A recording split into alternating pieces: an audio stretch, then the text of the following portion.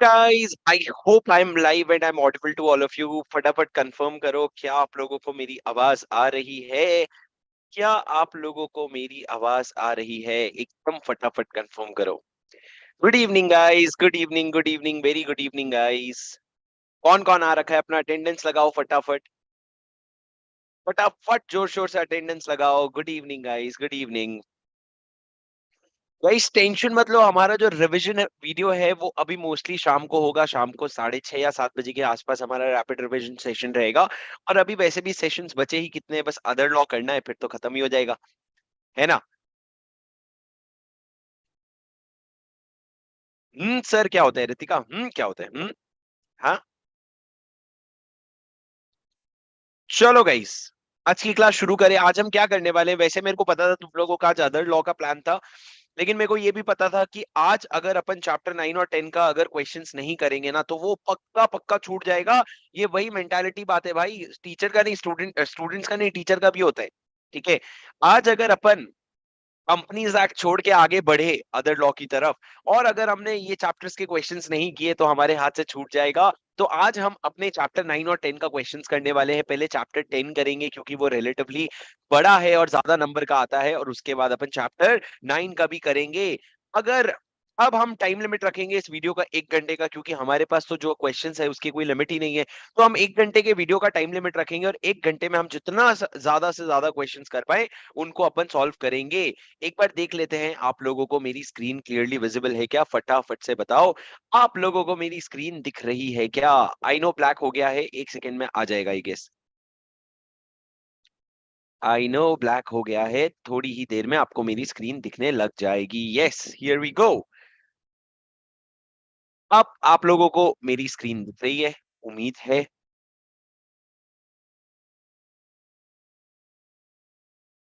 कि नहीं? चलो गाइस, तो शुरू करें। तो शुरू करते हैं बिना किसी देरी के। बिना किसी देरी के क्वेश्चन पढ़ते जाइएगा मेरे स्क्रीन पे, और एक एक क्वेश्चन का आंसर करेंगे और एबीसी कैटेगरी भी एनालाइज करेंगे क्वेश्चन का। ये क्वेश्चन बैंक अगर आप देखेंगे तो ये चैप्टर जो हमारा बहुत इंपॉर्टेंट है, उसके सिर्फ और सिर्फ 23 क्वेश्चन है। ये मैं मानता हूं कि हम अगले 40 से 45 मिनट में ये क्वेश्चन बैंक खत्म कर सकते हैं, अगर आप मेरे साथ अपनी स्पीड बनाए रहे। पॉइंट ये है कि मैं आप लोगों को क्वेश्चन पढ़ने के लिए टाइम दूंगा। वो क्वेश्चन पढ़ने के टाइम में अगर 3 लोगों ने डन का मैसेज दे दिया, 3 से 4 लोगों ने जैसे ही डन का मैसेज दे दिया, हम क्वेश्चन के आंसर पे डिस्कशन लग जाएंगे। अब जो बाद में इस लेक्चर को रिकॉर्डेड देख रहे हैं, आप लोगों को प्लीज पॉज करके पढ़ने की जरूरत नहीं है। सारे भीड़ के साथ पढ़े, जब लोग खत्म कर सकते हैं तो आप भी खत्म कर सकते हैं। तो अपनी स्पीड बढ़ाएं, पहला क्वेश्चन पढ़ें और जैसे ही हो जाए तो डन का मैसेज दीजिए। हम उसके बाद क्वेश्चंस डिस्कस करके आगे बढ़ेंगे। फटाफट, फटाफट।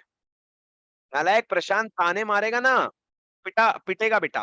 नालायक कहीं का। 9:30 अभी हुए हैं। कान लगा के सुना कर, ध्यान ध्यान ध्यान। ध्यान लगा के सुना कर। क्लास में कल मैंने बोला था क्लास आज से शाम को होगी। पढ़ो क्वेश्चन नंबर 1 और डन का मैसेज दो।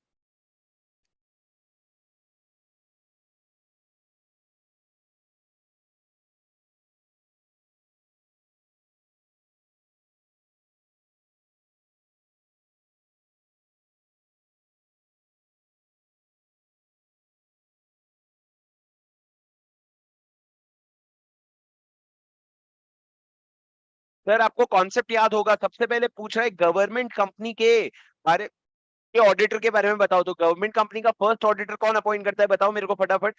सी एंड एजी 60 डेज के अंदर। अगर सी एंड एजी 60 डेज में नहीं कर पा रहे तो 30 डेज के अंदर बोर्ड करेगा। अगर बोर्ड भी 30 डेज के अंदर नहीं कर पा रहे तो 60 डेज के अंदर शेयर होल्डर करेगा। तो टोटल 150 डेज का टाइम लिमिट मिलता है। तो फर्स्ट ऑडिटर इस तरीके से अपॉइंट होता है, और सब्सिक्वेंट ऑडिटर जो होता है वो ईच फाइनेंशियल ईयर में अपॉइंट होता है 180 डेज के अंदर अंदर, और वो अगले एजीएम तक वेट कर कंपनी में रहता है। तो ये हमारे गवर्नमेंट कंपनी के ऑडिटर्स का प्रोविजन था। उसके बारे में आपको लिखना है। इन्होंने क्या लिखा है सर? देखो, फर्स्ट ऑडिटर के बारे में भी लिखा है और सब्सिक्वेंट ऑडिटर के बारे में भी लिखा है इन case of a government company.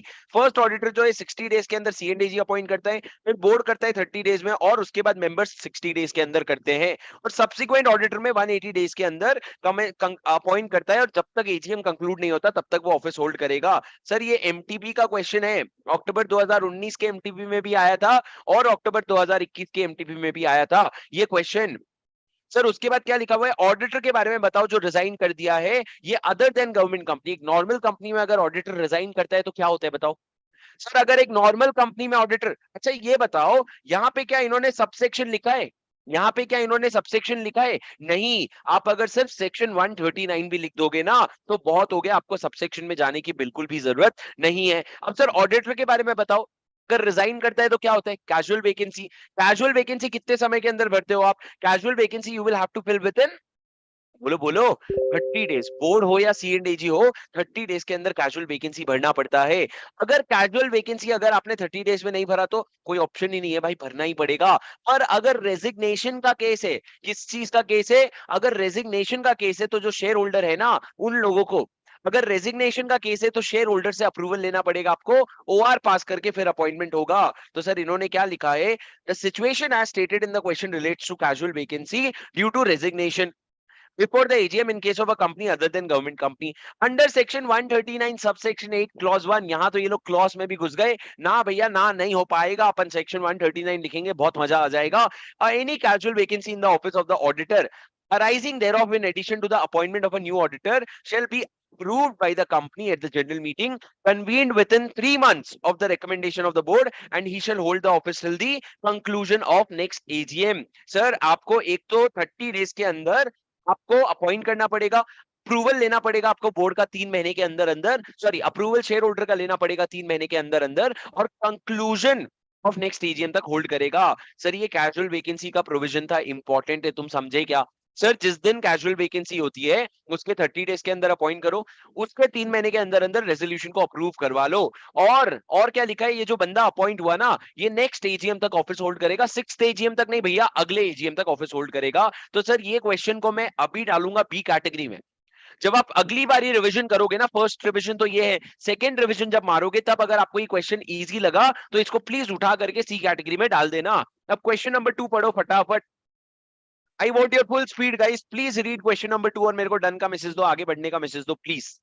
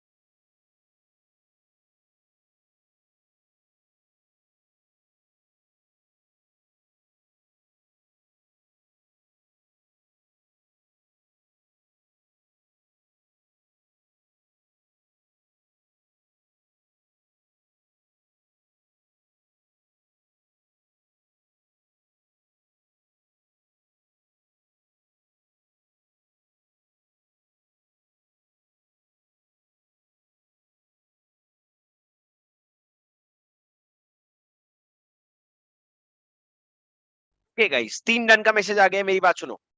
Sir दोस्तों एक फर्म है लेमन एंड कंपनी, सीए की फर्म है जिसमें एल एम एन 3 पार्टनर है, क्या मस्त निकाला ना, लेमन में एल एम एन पार्टनर है, ठीक है। वो लोग जो है मेसर्स बिग का ऑडिट करते हैं, और इसमें जो एम है ना वो एक और ड्यू एंड कंपनी में भी पार्टनर है, मतलब एल एम एन एक पार्टनर है और उसमें जो एम है वो एक और फर्म में ड्यू में भी पार्टनर है। अब सर ये लोग ऑडिट कर रहे हैं मेसर्स बिग का, ये लोग कब से ऑडिट कर रहे हैं, पिछले 6 साल से ऑडिट कर रहे हैं, 1 अप्रैल 2014 को। To how many years can Lemon and Company continue as statutory auditors? Sir आपको याद होगा जब ये कमेंट्स, ये जो नया प्रोविजन आया था, कौन सा नया प्रोविजन, कि इंडिविजुअल 5 साल तक के लिए ऑडिटर रहेगा और फर्म जो है वो 10 साल तक के लिए ऑडिटर रहेगी। तो लॉ में क्लियरली लिखा था कि ये 5 साल और 10 साल का लिमिट गिनने के लिए कमेंसमेंट के पहले जितने साल के लिए आप ऑडिटर थे ना वो पीरियड को भी काउंट किया जाएगा। तो यहाँ पे आप 6 साल के लिए ऑडिटर थे पहले से, करेक्ट। तो अभी आप कितने साल कंटिन्यू कर सकते हो और बताओ, 10 साल। क्या आप 10 साल कंटिन्यू कर सकते हो, क्या आप 5 साल कंटिन्यू कर सकते हो, कि आप सिर्फ 4 साल कंटिन्यू कर सकते हो, बताओ फटाफट। आप क्या हो, आप एक फर्म हो, आप एक एलएलपी हो, कितने साल कंटिन्यू कर सकते हो सर आप। तो सर आप कंटिन्यू कर सकते हो बचे हुए सिर्फ 3 साल के लिए। लेकिन यही क्वेश्चन में अगर आप 6 साल की जगह 8 साल के लिए, अगर 6 साल की जगह अगर 8 साल के लिए ऑडिटर रह चुके होते, तो आप फिर 3 साल के लिए कंटिन्यू कर सकते। क्यों? क्योंकि मिनिमम 3 साल तो हम आपको देंगे, भले 0 पीरियड भी आपका बचा हो, पर 3 साल देंगे। उसके बाद आप देख लेना 10 माइनस कितना साल आपने कंटिन्यू किया, वो करके देख लेना, उससे आपको पता चल जाएगा। तो पॉइंट ये है कि पुराना कमेंसमेंट के पहले के पीरियड को इंक्लूड किया जाएगा। What shall be the cooling off period of Lemon with respect to Messrs Big Limited? Sir lemon of cooling off period क्या था? इंडिविजुअल के लिए 5 साल और फर्म के लिए, अरे बोलो, कूलिंग ऑफ पीरियड क्या था? इंडिविजुअल के लिए 5 साल और फर्म के लिए, सर कोई भी हो दुनिया में आपके लिए कूलिंग ऑफ पीरियड 5 साल का ही था, तो इस केस में जो लेमन है उसको भी 5 साल के लिए कूलिंग ऑफ पीरियड लगेगा। Can due and company be appointed as statutory auditors and its another listed subsidiary? क्या आप स्टैट्यूटरी ऑडिटर्स अपॉइंट हो सकते हो? कौन? आप कौन? Due and company. और किसकी? And its another listed subsidiary messrs dark limited during such cooling off period. सबसे पहले ड्यू एंड लिमिटेड कंपनी की बात करते हैं। क्या आप मेसर्स बिग लिमिटेड में अपॉइंट हो सकते हो? आपका जो मिस्टर एम है ना पार्टनर, मिस्टर एम जो पार्टनर है, वो अब गया है ड्यू में। मिस्टर एम जो है वो कॉमन है लेमन में और ड्यू में, तो ड्यू भी नेचुरली जो है वो भी कूलिंग ऑफ पीरियड में आ जाता है। ड्यू भी 5 साल के लिए अपॉइंट नहीं हो सकता। ड्यू भी 5 साल के लिए अपॉइंट नहीं हो सकता। But you can not be appointed as an auditor in the same company. You can not be appointed as auditor in the same company. क्या आप अनदर लिस्टेड सब्सिडरी में अपॉइंट हो सकते हो? तो I think cooling off period के लिए आप ये सब्सिडरी में जरूर जरूर अपॉइंट हो सकते हो। उसके बाद sir, can lemon and company भी अपॉइंटेड एज इंटरनल ऑडिटर? बात ही खत्म हो गई, बिल्कुल बन जाए इंटरनल ऑडिटर का, तो कोई डिस्क्वालिफिकेशन ही नहीं है। तो दोनों कंपनी में इंटरनल ऑडिटर बन जा, हमको कोई प्रॉब्लम नहीं है। सर आपको समझा? जो आप लोग इन एलिजिबल फॉर 5 इयर्स बोल रहे हो, एकदम ध्यान से सुनो। मेसर्स बिग लिमिटेड में तो क्यों नहीं आ सकता? सर आप ना इसको चाहिए तो आप अपने तरीके से नोट्स में बना करके देख लो। एल एम एन है, एल एम एन है, ये लोग पार्टनर है लेमन में। ओके, और दूसरी तरफ ड्यू है। ड्यू में कौन पार्टनर है? एम पार्टनर है। ये दोनों कौन हो गए? Audit firm. अभी ये लोग कंपनीज कौन कौन से हैं? एक तो बिग लिमिटेड हो गया, एक डार्क लिमिटेड है। और बिग लिमिटेड और डार्क लिमिटेड में क्या क्या क्या कॉमन है? ये बिग लिमिटेड जो है होल्डिंग है, और डार्क लिमिटेड जो है ये सब्सिडरी है। अभी सर लेमन ऑडिटर है बिग में, लेमन ऑडिटर में है बिग में 6 साल से। कितने साल कंटिन्यू करेगा? 4 साल कंटिन्यू करेगा। उसके बाद कितने साल का कूलिंग ऑफ पीरियड रहेगा? ये 5 साल का कूलिंग ऑफ रहेगा। क्या ये 5 साल में ड्यू जो है, क्या ये 5 साल में ड्यू जो है जो बिग में ऑडिटर बन सकता है? बिल्कुल भी नहीं। कॉमन पार्टनर है तो आप नहीं बन सकते। क्या ये ड्यू जो है आर्क में ऑडिटर बन सकता है? हाँ बिल्कुल ऑडिटर बन सकता है। क्यों? क्यों ऑडिटर बन सकता है सर ड्यू? डार्क में ऑडिटर क्यों बन सकता है? क्योंकि the auditor is only disqualified from becoming statutory auditor for the same company. आप डार्क में बन सकते हो, डार्क में बन सकते हो। सर सवाल ये है, क्या लेमन इसका इंटरनल ऑडिटर बन सकता है? बिल्कुल बन सकता है। क्या लेमन डार्क का इंटरनल ऑडिटर बन सकता है? इंटरनल ऑडिटर बिल्कुल बन सकते हो। तो सर ये क्वेश्चन मैं कहूंगा एक कॉम्प्रहेंसिव कवरेज देता है आपको पूरे ऑडिटर के प्रोविजन का। तो I think it is a very good question and you should mark it as एक कैटेगरी। अगर आपको नेक्स्ट रिवीजन में बहुत इजी लगेगा तो इसको छोड़ देना, but this is a very comprehensive question and tests a lot of your concepts. I hope आपको बात समझ में आई हो। सर एक बार आंसर पढ़ो मेरे साथ। Listed companies and other prescribed class of companies except one-person company and small company shall not appoint or reappoint an audit firm as auditor for more than 2 terms of 5 consecutive years. आप 2 term से ज्यादा appoint ही नहीं करोगे। अगर एक audit firm है जिसने अपना टर्म कंप्लीट किया है, shall not be eligible for a period of 5 years cooling off period. Further, as on date of appointment, no audit firm having a common partner whose tenure has expired immediately preceding the financial year shall be appointed as auditor for the same company. Same company में नहीं appoint हो सकते। ये due की बात कर रहा है सर। क्यों? क्योंकि आपका कॉमन पार्टनर है। और रोटेशन के लिए इन्होंने बोला कि in case of auditor whether an individual और audit firm, the period for which the auditor और the firm has held office as auditor prior to commencement of the act shall be taken into account for calculating 5 साल और 10 साल। Sir इन्होंने चारों provision एकदम मस्त to the point करके ऊपर पहले प्रोविजन लिख दिया। लिखा है अप्लाइंग द अबव प्रोविजन। क्या लिखा है? Applying the above provision. इन्होंने 4 पॉइंट लिखे। पहला, पेमेंट जो है कंटिन्यू कर सकता है for a period of 4 more years। बात खत्म। कूलिंग ऑफ पीरियड 5 साल का होगा। बात खत्म। You and company statutory auditor big limited में नहीं बन सकता as CAM is the common partner in both these. However, Due Limited जो है वो statutory auditor बन सकता है डार्क में। आप बिग में नहीं बन सकते, पर डार्क में आप बन सकते हो। पता नहीं क्या सोच रहा था एग्जामिनर जब ये पिक डार्क लिख रहा था, मेरे को समझ ही नहीं आ रहा है क्या सोच रहा था भाई, उसके दिमाग में चल क्या रहा था। हाँ। उसके बाद सेक्शन 138 में क्या लिखा हुआ है, every listed company and other prescribed class of companies, इधर चार्टर्ड अकाउंटेंट, कॉस्ट अकाउंटेंट और such other professional. Sir section 138 बात करता है इंटरनल ऑडिटर के बारे में। क्या इंटरनल ऑडिटर कोई भी हो सकता है? हाँ, कोई भी हो सकता है। तो यहाँ पे लेमन जो है वो बिल्कुल इंटरनल ऑडिटर अपॉइंट हो सकता है, कोई भी प्रॉब्लम नहीं है। दोस्तों, क्या आपको ये बात जोर से समझ आई? ये बहुत कॉम्प्रहेंसिव और मस्त क्वेश्चन है आपके रिविजन के लिए। क्या आपको ये बात समझ आई? Did you understand this? Sir लोग पूछ रहे कितने मार्क्स का होगा ये क्वेश्चन बेटा। ये आरटीपी का क्वेश्चन है, अगर ये एग्जाम में आएगा ना तो मेरे को लगता है ये 4 से 5 नंबर का क्वेश्चन होगा, उससे ज्यादा का क्वेश्चन नहीं है ये आपके 4 से 5 कॉन्सेप्ट टेस्ट करता है, तो 4 से 5 नंबर से ज्यादा का क्वेश्चन नहीं है। अब sir question 3 intentionally left blank, ये मैं इंटेंशनली लेफ्ट ब्लैंक क्यों करता हूं? अगर वो क्वेश्चन इररिलेवेंट हो गया तो मैं उसको यहां से हटा देता हूं, पर अगर मैं नंबरिंग चेंज कर दूंगा तो मेरे जहां पे मैंने क्वेश्चन बैंक 4 का रेफरेंस दिया हुआ है वहां पे बच्चे परेशान हो जाएंगे, इसलिए इस तरह की चीजें आती है। अब सर क्वेश्चन नंबर 4 पढ़िए प्लीज। बहुत आसान क्वेश्चन है, आंसर भी नहीं पढ़ेंगे, क्वेश्चन पढ़ो सिर्फ। प्लीज पढ़ो क्वेश्चन।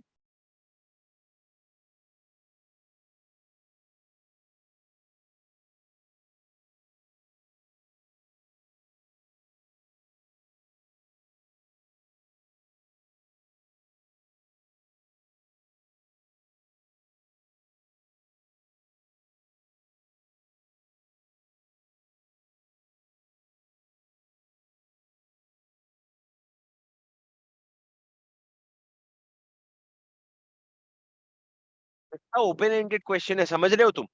एकदम खुला क्वेश्चन छोड़ दिया। बोले एक लिस्टेड कंपनी है, उसने ऑडिटर रखा है, ऑडिटर के अपॉइंटमेंट और रीअपॉइंटमेंट से रिलेटेड बातें बताओ। क्या क्या आप यहाँ पे गवर्नमेंट कंपनी के ऑडिटर के अपॉइंटमेंट रीअपॉइंटमेंट की बातें करोगे? क्या आप यहाँ पे गवर्नमेंट कंपनी के ऑडिटर की करोगे? नहीं। मैं ये क्वेश्चन को बी कैटेगरी मार्क करूंगा और आप लोगों के लिए होमवर्क मार्क करूंगा। प्लीज इसको रीड कर लेना, this is nothing but recollection of the provision. Please question number 5 पढ़े जल्दी। और सर मैं आपको एक चीज बता देना चाहता हूं, इस तरह का ओपन एंडेड क्वेश्चन मई 2018 तक आता था, पर ये लोग अब इस तरह के क्वेश्चंस नहीं देते हैं। इस समय ये लोग case study based proper questions draft करके देते हैं। इस तरह का ओपन एंडेड क्वेश्चन आइडियली नहीं आना चाहिए, पर अगर आ भी जाए तो क्या प्रॉब्लम है? हमारे लिए स्कोरिंग ही दिख रहा है हमको, और पढ़ने में टाइम भी बचता है।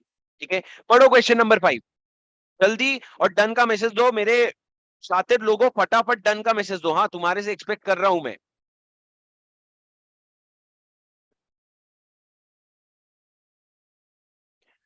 और गाइज एक चीज आप लोगों को मैं बता देना चाहता हूँ, ये जो क्वेश्चन बैंक है और समरी नोट्स है, ये वापस से मैं आपको बता देना चाहता हूँ, ये वी स्मार्ट के वेबसाइट पे आपको परचेज के लिए भी अवेलेबल है। एकदम 500 रुपीज पे अवेलेबल है, जिसपे हम प्रिंटिंग और डिलीवरी का कॉस्ट बस आपसे ले रहे हैं। दूसरा, अगर आप चाहें तो प्रेस्टीज पॉइंट में ऑफिस में भी अवेलेबल है, वहां पे आपको 50 रुपए कम पड़ेंगे क्योंकि डिलीवरी कॉस्ट बच जाती है। तीसरा, आपको अगर चाहिए तो फ्री में अगर पीडीएफ का प्रिंट मारना है तो पूरा का पूरा शुभम singal.com वेबसाइट पे भी अवेलेबल है। और अगर आपको सारे मटेरियल जीएसटी लॉ ऑडिट सब एक जगह चाहिए तो ये सब कुछ रैपिड रिवीजन के जो रजिस्ट्रेशन लिंक है जो आपको डिस्क्रिप्शन में मिलेगा, वहां पे भी सारी चीजें अवेलेबल है। तो वहां से ये सारी चीजें आपको अवेलेबल मिल जाएगी। प्लीज इन मटेरियल को अपने साथ जरूर जरूर रखना। ठीक है सर, आप मिस्टर प्रवीण को अपॉइंट करना चाहते हो स्टैट्यूटरी ऑडिटर की तरह, और प्रपोज्ड ऑडिटर को आपने सर्टिफिकेट देने बोला। सर्टिफिकेट का कंटेंट क्या होना चाहिए मैंने तुमको पढ़ाया था। अपॉइंटमेंट के पहले दो चीजें आएगी, अपॉइंटमेंट के बाद दो चीजें आएगी। अपॉइंटमेंट के पहले दो चीजें क्या आएगी? पहला, अरे बोलो बोलो, पहला, बोलो ना, कुछ तो बोलो, मुंह तो खोलो, कुछ तो बोलो। क्या पहला क्या आएगा? अगर आप स्टैट्यूटरी ऑडिटर के अपॉइंटमेंट की बात कर रहे हो, पहला रिटन कंसेंट आएगा और दूसरा सर्टिफिकेट आएगा। सर्टिफिकेट में चार चीजें आएगी, P late, P last point था सर, क्या कोई भी प्रोसीडिंग का अगर आपने लिस्ट दिया है तो वो ट्रू एंड करेक्ट है। एल, आप लिमिट्स के अंदर हो। ई, आप एलिजिबल हो। और टी, एक्ट्स के टर्म्स का कंप्लायंस कर रहे हो। ये चार चीजें आपको बतानी पड़ेगी अपने सर्टिफिकेट में। ये बिफोर अपॉइंटमेंट है। वैसे आफ्टर अपॉइंटमेंट क्या होते हैं? आफ्टर अपॉइंटमेंट कंपनी जो है वो ऑडिटर को बताती है, भाई बधाई हो तेरा अपॉइंटमेंट हो गया, और आरओसी को एडीटी 1 में बताती है 15 दिन के अंदर अंदर कि आरओसी आरओसी अपॉइंटमेंट हो गया है। ये अपॉइंटमेंट के बाद क्या होता है, ये पॉइंट एक्स्ट्रा है, मैंने आपको ऐसे ही बताया है। मैंने आपको यहाँ पे आपको सर्टिफिकेट के कंटेंट के बारे में लिखना है, तो आप क्या क्या लिखोगे? एलिजिबल है, टर्म्स है, लिमिट्स है, और आप लिखोगे प्रोसीडिंग जो है वो ट्रू एंड करेक्ट है। ये सेम प्रोविजन जो आप अपने समरी नोट से आपने याद किया था। Certificate shall also indicate whether the auditor satisfies the provision of condition 141। क्या है 141? अरे बोलो बोलो, कुछ तो बोलो, मुंह तो खोलो। सर 141 क्या है, बोलो ना। 131 आपका अपॉइंटमेंट हो गया, 140 आपका रिमूवल हो गया, 141 एलिजिबिलिटी हो गया, है ना। 141 क्या हो गया?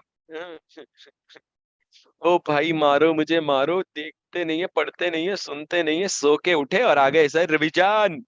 सर हम करेंगे क्या? नहीं आप कराओगे क्या? हाँ, एग्जाम कौन लिख के आएगा? आप ही तो लिख के आओगे हमारे लिए, हमको थोड़ी ना जाना है। सर ये आपको याद है कुछ ऐसा जिंदगी में, एलिजिबिलिटी, क्वालिफिकेशन, डिसक्वालिफिकेशन?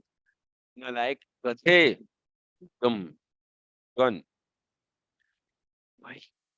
सर कैसा क्वेश्चन है? मैं इसको बी कैटेगरी क्वेश्चन मार्क करूंगा, और मैं अपने समरी नोट्स में जाकर के यहाँ पे जो सर्टिफिकेट वाला प्रोविजन था ना, कहाँ पे था सर्टिफिकेट वाला प्रोविजन? किधर गया किधर गया किधर गया सर्टिफिकेट वाला प्रोविजन?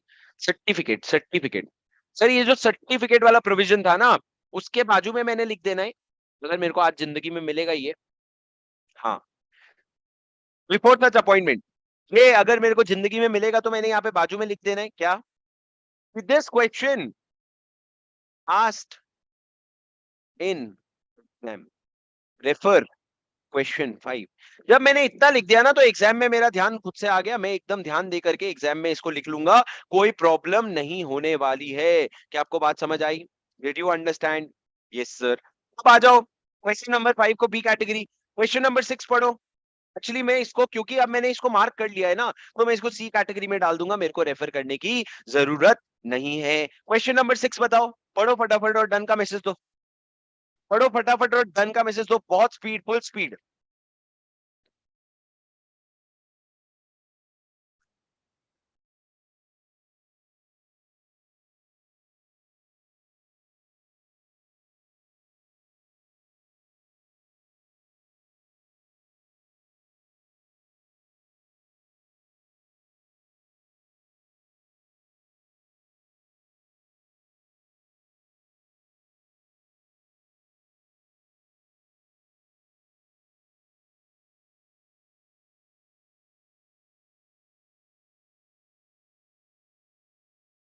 वही क्वेश्चन है, वापस रिपीट हुआ है, करेक्ट। वही क्वेश्चन है, वापस रिपीट हुआ है एक तरीके से,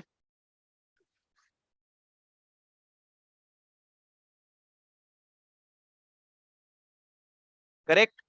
तो सर ये क्वेश्चन वही है, रिपीट हुआ है, कितने साल तक कंटिन्यू करेगा? 3 साल तक कंटिन्यू कर सकता है, क्यों? फर्म है और 10 कॉन्जिक्यूटिव ईयर्स के लिए है। Can M&L be appointed as a statutory auditor of global limited during cooling off period? नहीं सर, M&L भी नहीं अपॉइंट हो सकता, क्यों? क्योंकि दोनों में कॉमन पार्टनर है, और कॉमन पार्टनर भी 5 साल के लिए डिस्क्वालिफाइड हो गया है। हाँ हाँ चल ठीक है, पता है, बाप को मत सिखा, वो वाला हाल हो गया अब हमारा। सर ये मीम था, जिनको नहीं पता, ये बॉलीवुड के कौन से मूवी का डायलॉग था? अक्षय कुमार याद आ रहा है मेरे को तो, हाँ हाँ ठीक है चल, बाप को मत सिखा। क्वेश्चन नंबर 7 पढ़िए सर प्लीज। क्या बात है मोहम्मद रफी, क्या हाल है? जल्दी जल्दी चलो, स्पीड बढ़ाएंगे, तुम लोग मेरे को फटाफट डन का मैसेज दो, मैं दौड़ता जाऊंगा। क्वेश्चन नंबर 7 पढ़ो फटाफट।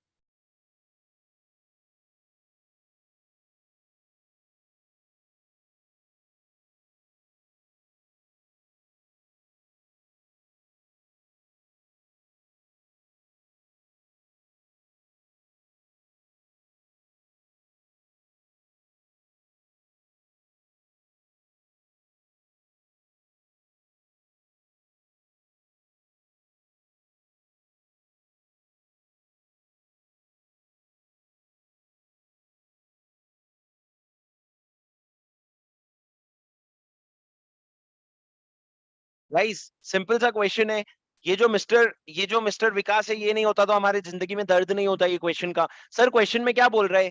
एक गवर 1/4 of the share subscribe capital government of Rajasthan hold कर रही है, मतलब स्टेट गवर्नमेंट होल्ड कर रही है। क्या 1/4 होल्ड करने से गवर्नमेंट कंपनी बन जाते हैं? नहीं सर। यहाँ पे क्या हुआ है, ऑडिटर अपॉइंट हुआ है एजीएम में, held on 30th April by an ordinary resolution. क्या यहाँ पे ऑडिटर को सीए क्या सीएनडीजी को ऑडिटर अपॉइंट करना चाहिए था? नहीं सर, गवर्नमेंट कंपनी नहीं है।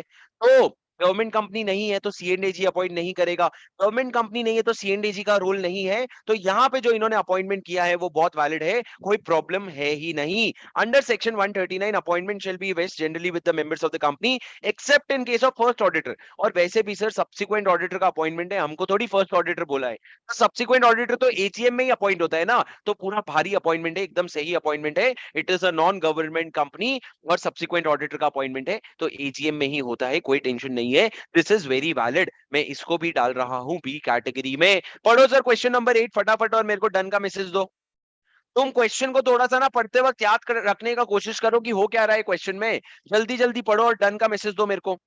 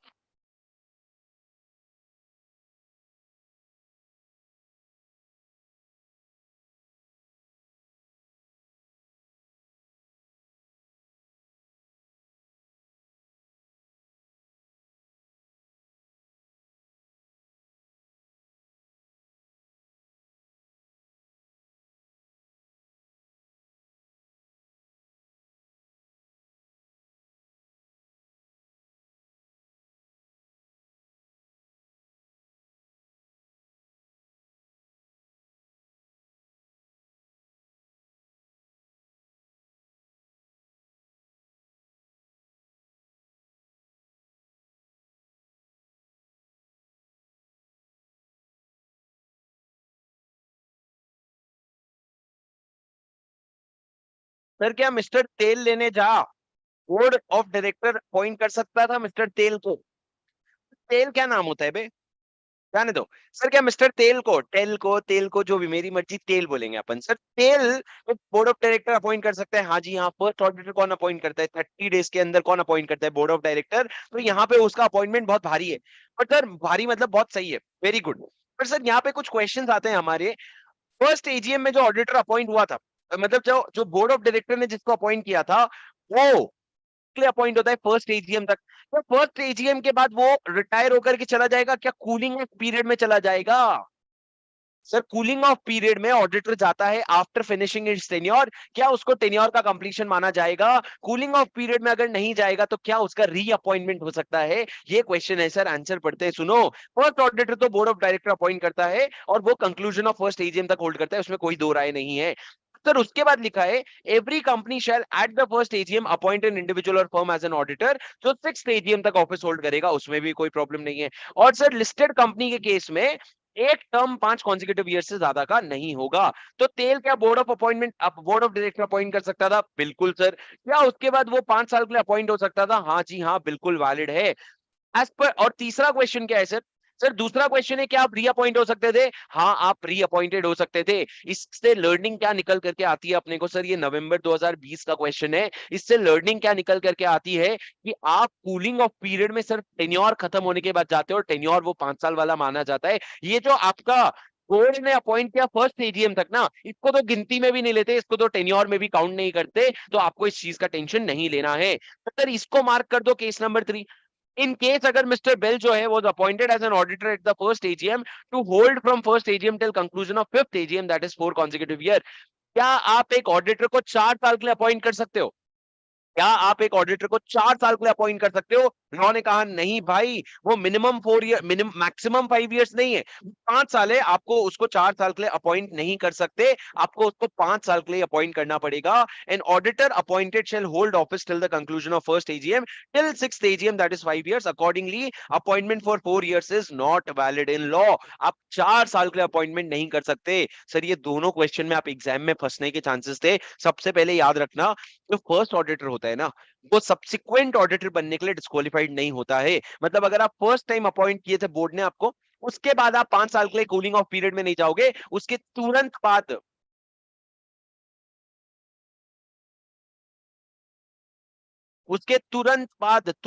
क्या होता है? तुरंत बाद क्या होता है? हैकर टेंशन मतलब भाई, ये वीडियो सब तुम्हारे लिए ही है, गायब नहीं हो रही है, आपको शायद दिख नहीं रहा होगा प्लेलिस्ट में। मैं आप लोगों के लिए अलग से प्लेलिस्ट बना के सारे वीडियोस डाल दूंगा, बिल्कुल भी टेंशन मत लो। अब सर आप समझ गए ना? तो आप डिस्क्वालिफाइड नहीं होते। सबसे पहले तो अगर आप अभी अपॉइंट हुए हो फर्स्ट एजीएम में, तो आप डिस्क्वालिफाइड नहीं होगे, सब्सिक्वेंट एजीएम में भी अपॉइंट हो सकते हो, और 4 साल के लिए नहीं, 5 साल के लिए ही अपॉइंट होगे। Question number 5 homework. और क्वेश्चन नंबर 4 को सर मैं क्वेश्चन नंबर 8 को मैं अभी के लिए ए कैटेगरी में डाल रहा हूं, अपन उसको नेक्स्ट रिवीजन में रिविजिट करेंगे। अब सर क्वेश्चन नंबर 10 पढ़ो फटाफट। क्वेश्चन नंबर 10 रीड करो फटाफट, बहुत आसान, बहुत आसान, बहुत जगह है, बहुत आसान है।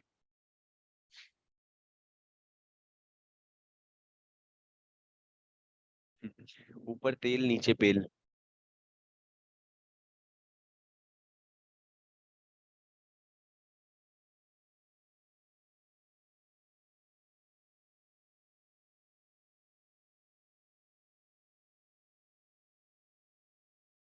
गाइज मेरी आप लोगों से एक बहुत सिंसियर रिक्वेस्ट है, जो लोग समरी नोट्स या फिर क्वेश्चन बैंक यूज कर रहे हैं, अगर आपको कुछ माइनर स्पेलिंग मिस्टेक्स वगैरह कोई भी छोटी छोटी चीजें अगर मिले जो एकदम इररेलेवेंट हो, पर फिर भी मेरे को मेरी बुक बहुत साफ करनी है, तो please the ranker way @gmail.com पे उसको मेरे को भेज दो। सब्जेक्ट लाइन में प्लीज लिख देना ultimate solution correction, ultimate solution correction लिख करके प्लीज मेरे को द रैंकर वे @gmail.com पे भेज देना।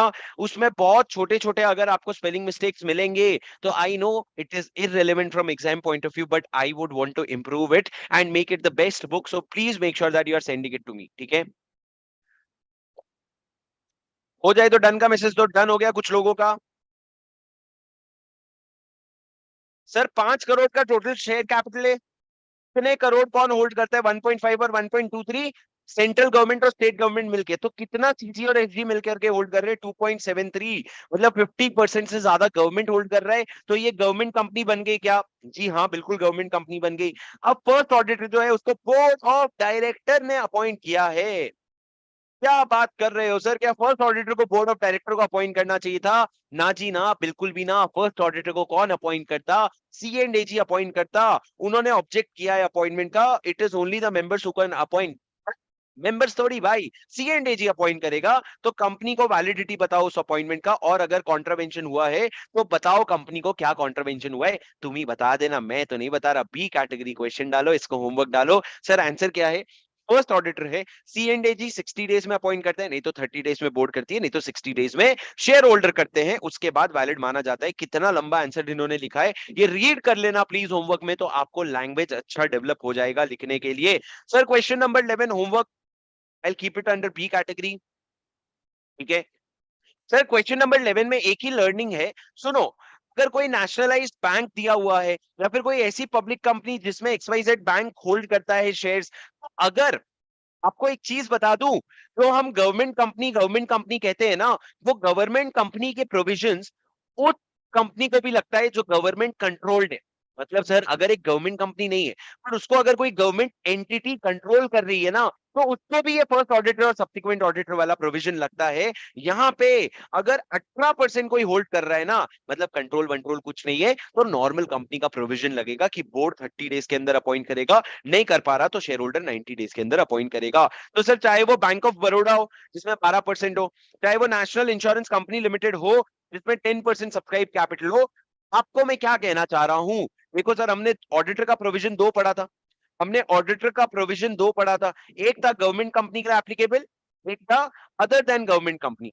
गवर्नमेंट कंपनी में भी ना वो लोग आते हैं, गवर्नमेंट कंट्रोल्ड एंटिटीज भी आते हैं। कौन आता है? गवर्नमेंट कंट्रोल्ड एंटिटीज भी आता है। तो अगर कोई गवर्नमेंट कंट्रोल्ड एंटिटीज है ना, उसको भी 60-30-60 का प्रोविजन लगेगा। 60-30-60 क्या सर? 60 में सी&एजी, 30 में बोर्ड, और 60 में शेयर होल्डर्स। इस तरह का प्रोविजन लगेगा। क्या आपको बात समझ आई? Did you understand? Sir question number 12 पढ़ो। 12, क्वेश्चन नंबर 12 भी होमवर्क फर्स्ट ऑडिटर से रिलेटेड ही है। इसको मैं पी कैटेगरी में डाल रहा हूं। क्वेश्चन नंबर 13 पढ़ो please guys. Question number 13, very good question, पढ़ो।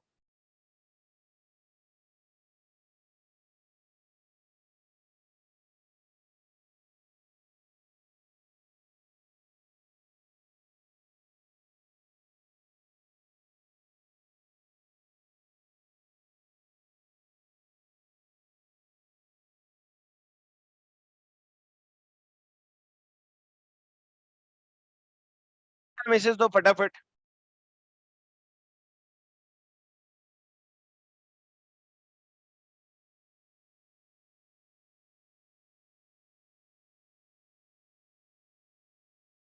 सर अगर रिमूवल की बात करें, ये सेक्शन 140 पे आ गए, ऑडिटर्स के रिमूवल की बात करते हैं।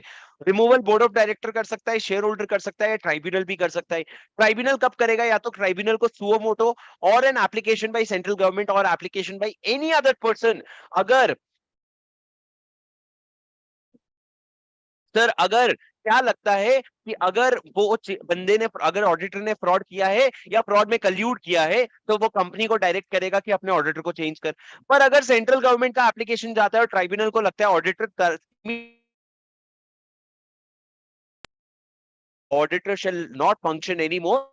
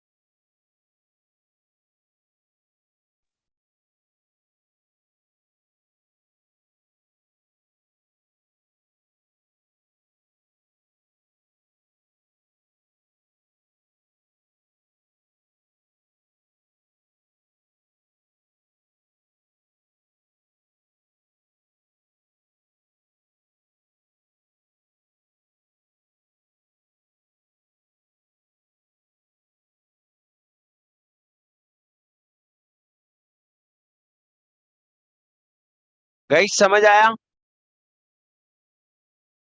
एक सेकेंड रुक जाओ।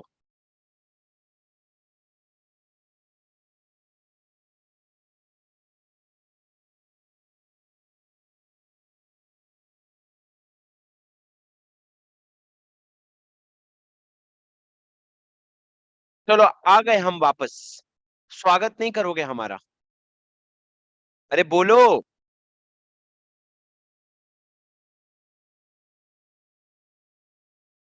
गाइस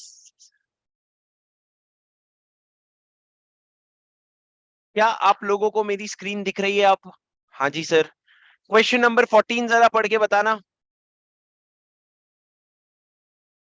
गाइस समझ आया?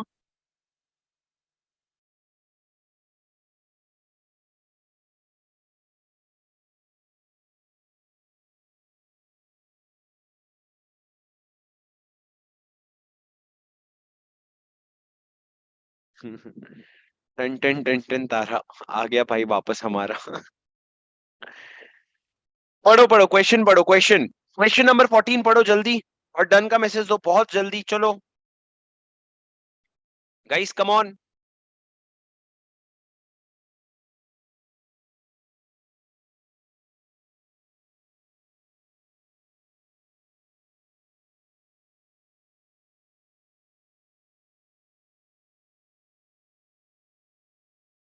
सर सिर्फ क्वेश्चन पढ़ के मेरे को ये बताओ इन्होंने कहाँ गलती की है। सिर्फ क्वेश्चन पढ़ के ये बताओ इन्होंने कहाँ गलती की है, डन का मैसेज दो।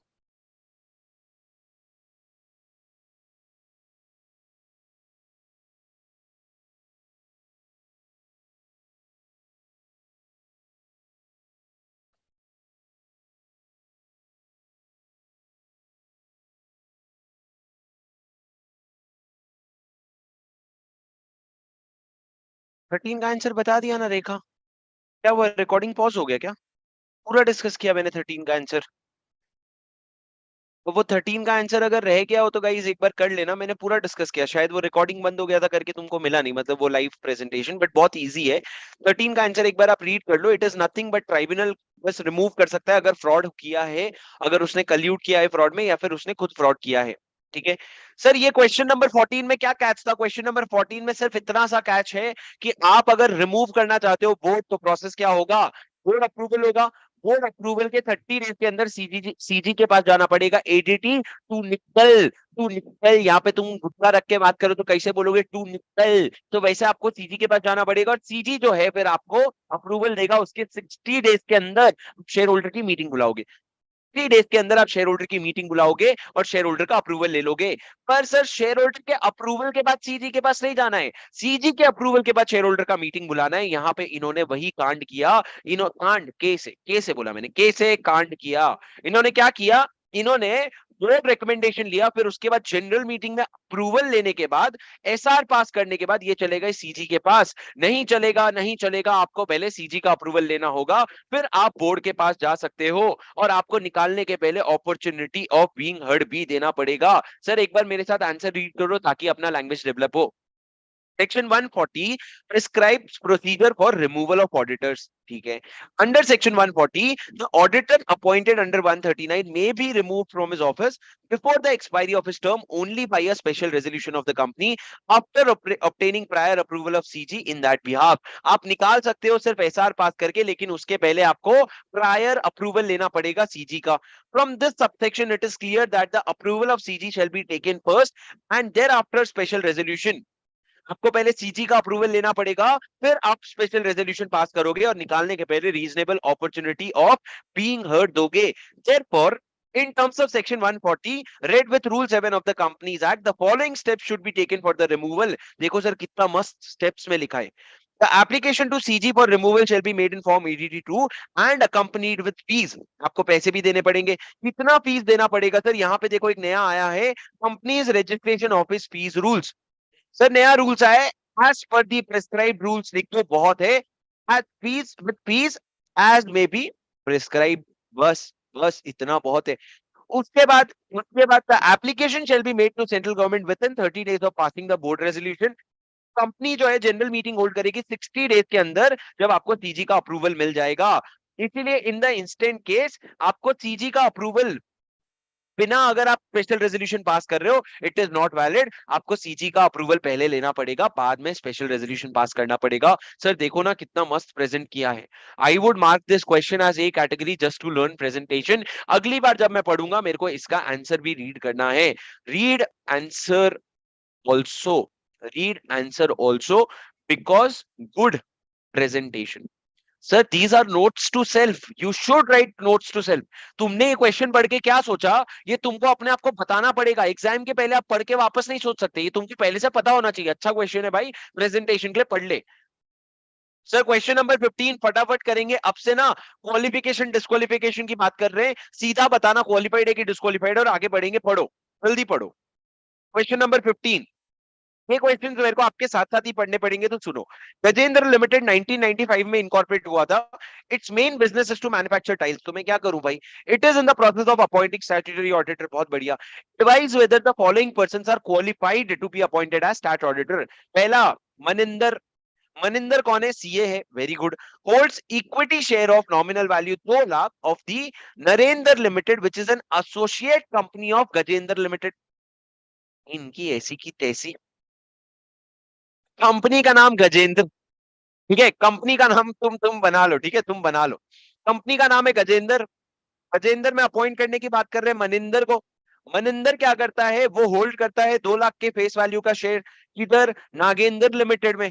और गजेंद्र और नागेंद्र में क्या रिलेशन है, नागेंद्र जो है एसोसिएट है, क्या है, एसोसिएट है। तो क्या वो अपॉइंट हो सकता है, क्या वो अपॉइंट हो सकता है। सर प्रोविजन याद करो, प्रोविजन क्या था, प्रोविजन ये था, as per section 141(3) read with rule, he और हिज रिलेटिव और his partner holding any security in the company subsidiary holding और एसोसिएट, कैश में नहीं होल्ड कर सकते और शो में भी नहीं होल्ड कर सकते। सर एक ही एक्सेप्शन था कि रिलेटिव जो है तो कंपनी में 1 लाख तक के फेस वैल्यू का शेयर होल्ड कर सकता है, उससे ज्यादा नहीं। पर जो ऑडिटर है ना, वो खुद तो किसी में भी होल्ड नहीं कर सकता। ये होल्ड कर रहा है तो वो डिस्क्वालिफाइड है।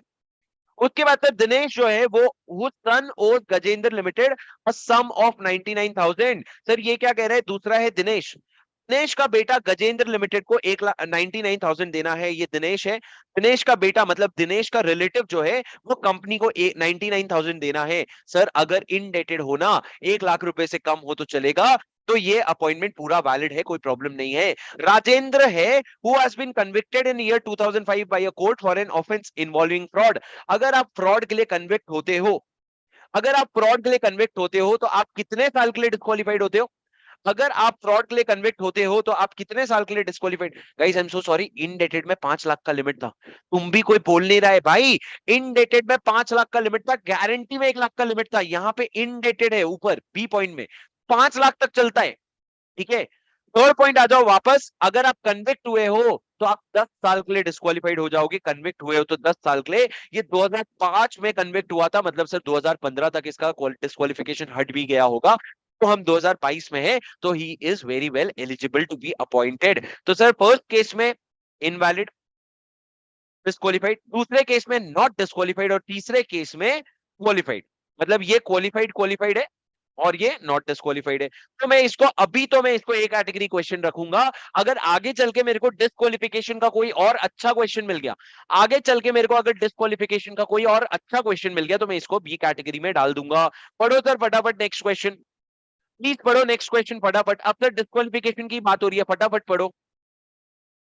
अब सर बात हो रही है, वापस से ही बताओ कौन अपॉइंट हो सकता है। मिस्टर ए है जो सिक्योरिटी होल्ड करता है XYZ लिमिटेड में फेस वैल्यू का 900 रुपए का। Whether A is qualified? नहीं भाई, तू 1 रुपए का भी सिक्योरिटी नहीं होल्ड कर सकता, you are disqualified. Mister P है, and mister Q the relative of mister P is holding securities of ABC limited having face value 90,000, whether Mr. P is qualified from being appointed as a auditor। आपका जो relative है, खुद नहीं, आपका जो relative है वो 90,000 फेस वैल्यू का शेयर होल्ड कर रहा है।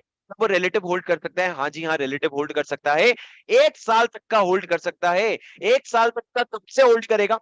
1 साल तक का, सॉरी 1 लाख तक का होल्ड कर सकता है। 1 लाख से ज्यादा होल्ड कर सकता है क्या? नहीं।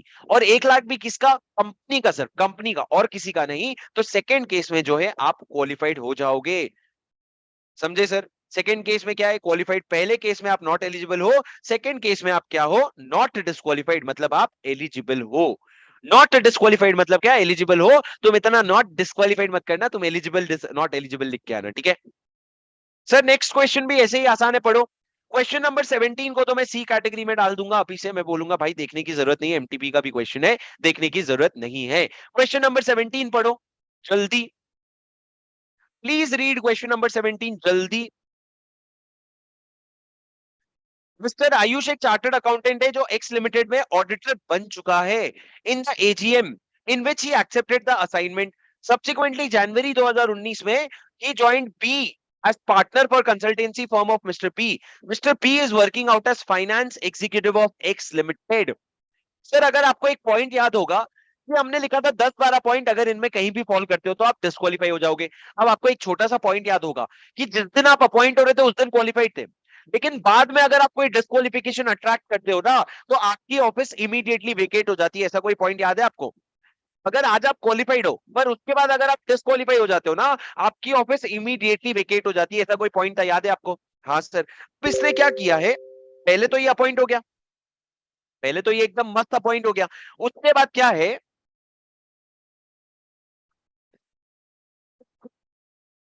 पढ़ लेना मुक्ता, वो खुद और में डाला है, मतलब सेम क्वेश्चन है, ठीक है?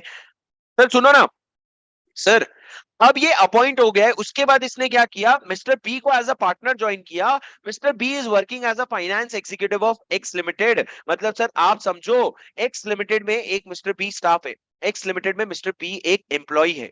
अब आप उस एम्प्लॉय के क्या बन गए? पार्टनर बन गए। आप अगर एम्प्लॉय के पार्टनर होते हो ना, तो आप डिस्क्वालीफाई हो जाते हो। क्यों? क्योंकि ओई और ओई का पी डिस्क्वालीफाइड होता है, ऑफिसर और एम्प्लॉय ऑफ द कंपनी, और एनी पार्टनर और एम्प्लॉय ऑफ द ऑफिसर और एम्प्लॉय। अगर आप बी के पार्टनर बन गए, मतलब आप पार्टनर ऑफ एम्प्लॉय बन गए, आप डिस्क्वालीफाइड हो गए। अगर आप डिस्क्वालीफाइड हो जाते हो तो आपको अपना ऑफिस इमीडिएटली वेकेट करना पड़ेगा। You will have to immediately vacate. यहाँ पे क्या लिखा है? He shall be deemed to have vacated office of X limited. ठीक है। दूसरा सर, अभी जो एक प्रैक्टिसिंग चार्टर्ड अकाउंटेंट है वो सिक्योरिटीज होल्ड करता है अभिमान लिमिटेड का, हैविंग फेस वैल्यू 1000, वेदर अभी इज क्वालिफाइड फॉर अपॉइंटमेंट। नहीं भाई, बात हो गई ना, ऑडिटर अपॉइंट हो ही नहीं सकता। ये वाला पॉइंट तो तुम एकदम काट ही दो। ये वाले पॉइंट के लिए तुम एक कैटेगरी मार्क कर सकते हो कि ये वाला नया आया है, अपन रिकलेक्ट करने के लिए एक बार रिवाइज कर सकते हैं। ये बी वाला क्वेश्चन तो जो है एकदम काट ही दो, एकदम बराबर काट ही दो, और पहले वाले को ए कैटेगरी मार्क कर लो।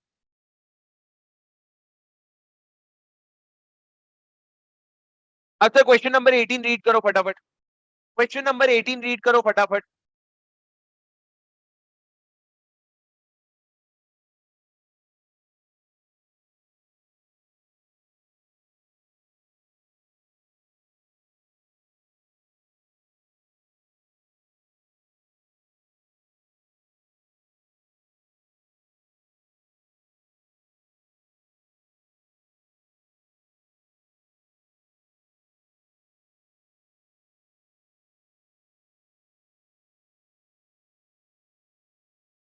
सर क्या 1 लाख तक का फेस वैल्यू का शेयर्स रिलेटिव कंपनी में होल्ड कर सकता है कि 1 लाख तक का नहीं होल्ड कर सकता है? सर आप 1 लाख का होल्ड कर सकते हो, 1 लाख से ज्यादा होल्ड नहीं करोगे। अगर आप 1 लाख होल्ड कर रहे हो, it is a very well valid appointment और कोई प्रॉब्लम नहीं है।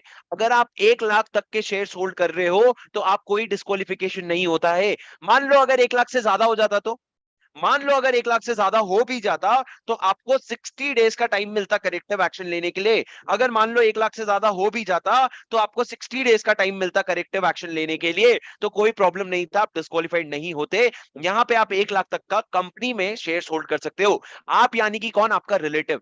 आप यानी कि कौन? आपका रिलेटिव। रिलेटिव के अलावा कोई नहीं, आप खुद बिल्कुल नहीं होल्ड कर सकते। सर डॉट 1 लाख तक अलाउड है, यू आर राइट।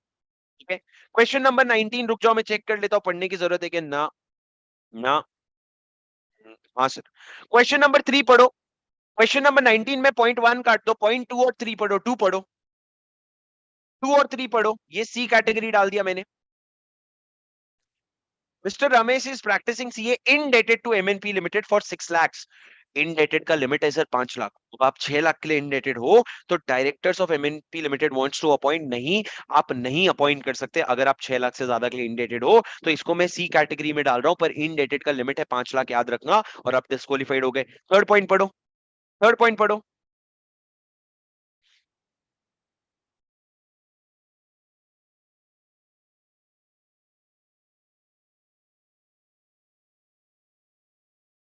सर आप जो हो ना, मिस्टर कुमार है, मिस्टर कुमार की जो वाइफ है वो एक स्टोर कीपर है पीआरसी लिमिटेड में। Directors of PRC limited wants to appoint Kumar as an auditor. मेरे को बताओ ऑडिटर अपॉइंट कर सकता है क्या? सर ये एक कंपनी है, ये कंपनी का एक स्टोर कीपर है, एक स्टोर कीपर है। इसका हस्बैंड को ऑडिटर अपॉइंट करने की बात हो रही है। क्या आप इसको ऑडिटर अपॉइंट कर सकते हो? मेरा क्वेश्चन है, क्या ये पीई ऑफ ओई में फॉल करेगा? क्या ये ऑफिसर और एम्प्लॉय में आएगा? भाई स्टोर कीपर को आप एम्प्लॉय नहीं मान सकते यार। हम जब ऑफिसर और एम्प्लॉय कह रहे हैं ना, मतलब हम थोड़े बड़े बड़े लोगों की बात कर रहे हैं। स्टोर कीपर को आप ऑफिसर नहीं मान सकते, तो ये जो है एम्प्लॉय के डेफिनेशन में नहीं आएगा। तो आपका जो मिस्टर केवीजे है ना, वो बिल्कुल कवर होगा, कोई प्रॉब्लम नहीं है। मिस्टर कुमार जो है वो डिस्क्वालिफाइड नहीं होगा। सर यहाँ पे इन्होंने कौन सा प्रोविजन पकड़ा है? An auditor is disqualified to be appointed if a person whose relative is a director और की मैनेजरल पर्सन। सर ये एक और पॉइंट भी था, एक और पॉइंट भी था, वो भी इन्होंने पकड़ा है। वो वाले पॉइंट को इन्होंने कंसिडर किया है। तो ये जो ये जो थर्ड वाला पॉइंट है ना, ये ए कैटेगरी क्वेश्चन है और ये देखने लायक क्वेश्चन है। क्या आपको बात समझ आई? सर ये जो थर्ड वाला क्वेश्चन है, ये ए कैटेगरी का क्वेश्चन है और देखने लायक क्वेश्चन है। इन्होंने पीई ऑफ ओई की जगह वो दूसरा वाला पॉइंट पकड़ा, रिलेटिव ऑफ डायरेक्टर और की मैनेजरल पर्सन, और स्टोर कीपर की मैनेजरल पर्सन नहीं होता है।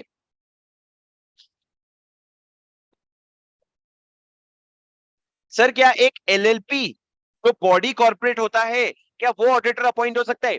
क्या LLP as an auditor appoint हो सकता है? हाँ ना, पूरी दुनिया में एलएलपी अपॉइंट हो रहा है। Sir B category question, you तो बॉडी कॉर्पोरेट्स ऑडिटर नहीं बन सकते, पर एलएलपी एक ऐसा बॉडी कॉर्पोरेट है जो ऑडिटर बन सकता है, कोई प्रॉब्लम नहीं है। क्वेश्चन नंबर 21 पढ़ो sir. State the provision relating to signing of the audit report by the auditors of the company। Sir audit report को साइन कौन करता है? ऑडिटर करता है। ऑडिट रिपोर्ट को साइन कौन करता है? ऑडिटर करता है। और अगर उसने अपने ऑडिट रिपोर्ट में कोई क्वालिफिकेशन, ऑब्जर्वेशन या कमेंट्स दिया है, उसको उसको रीड आउट लाउड करेगा कंपनी के सामने और इंस्पेक्शन के लिए ओपन रखेगा। सर एक बार ये क्वेश्चन और आंसर पूरा पढ़ो, मैं इसको बी कैटेगरी मार्क करूंगा। स्ट्रेट फॉरवर्ड क्वेश्चन है। क्वेश्चन और आंसर दोनों पढ़ो एक बार। क्वेश्चन और आंसर दोनों पढ़ो एक बार।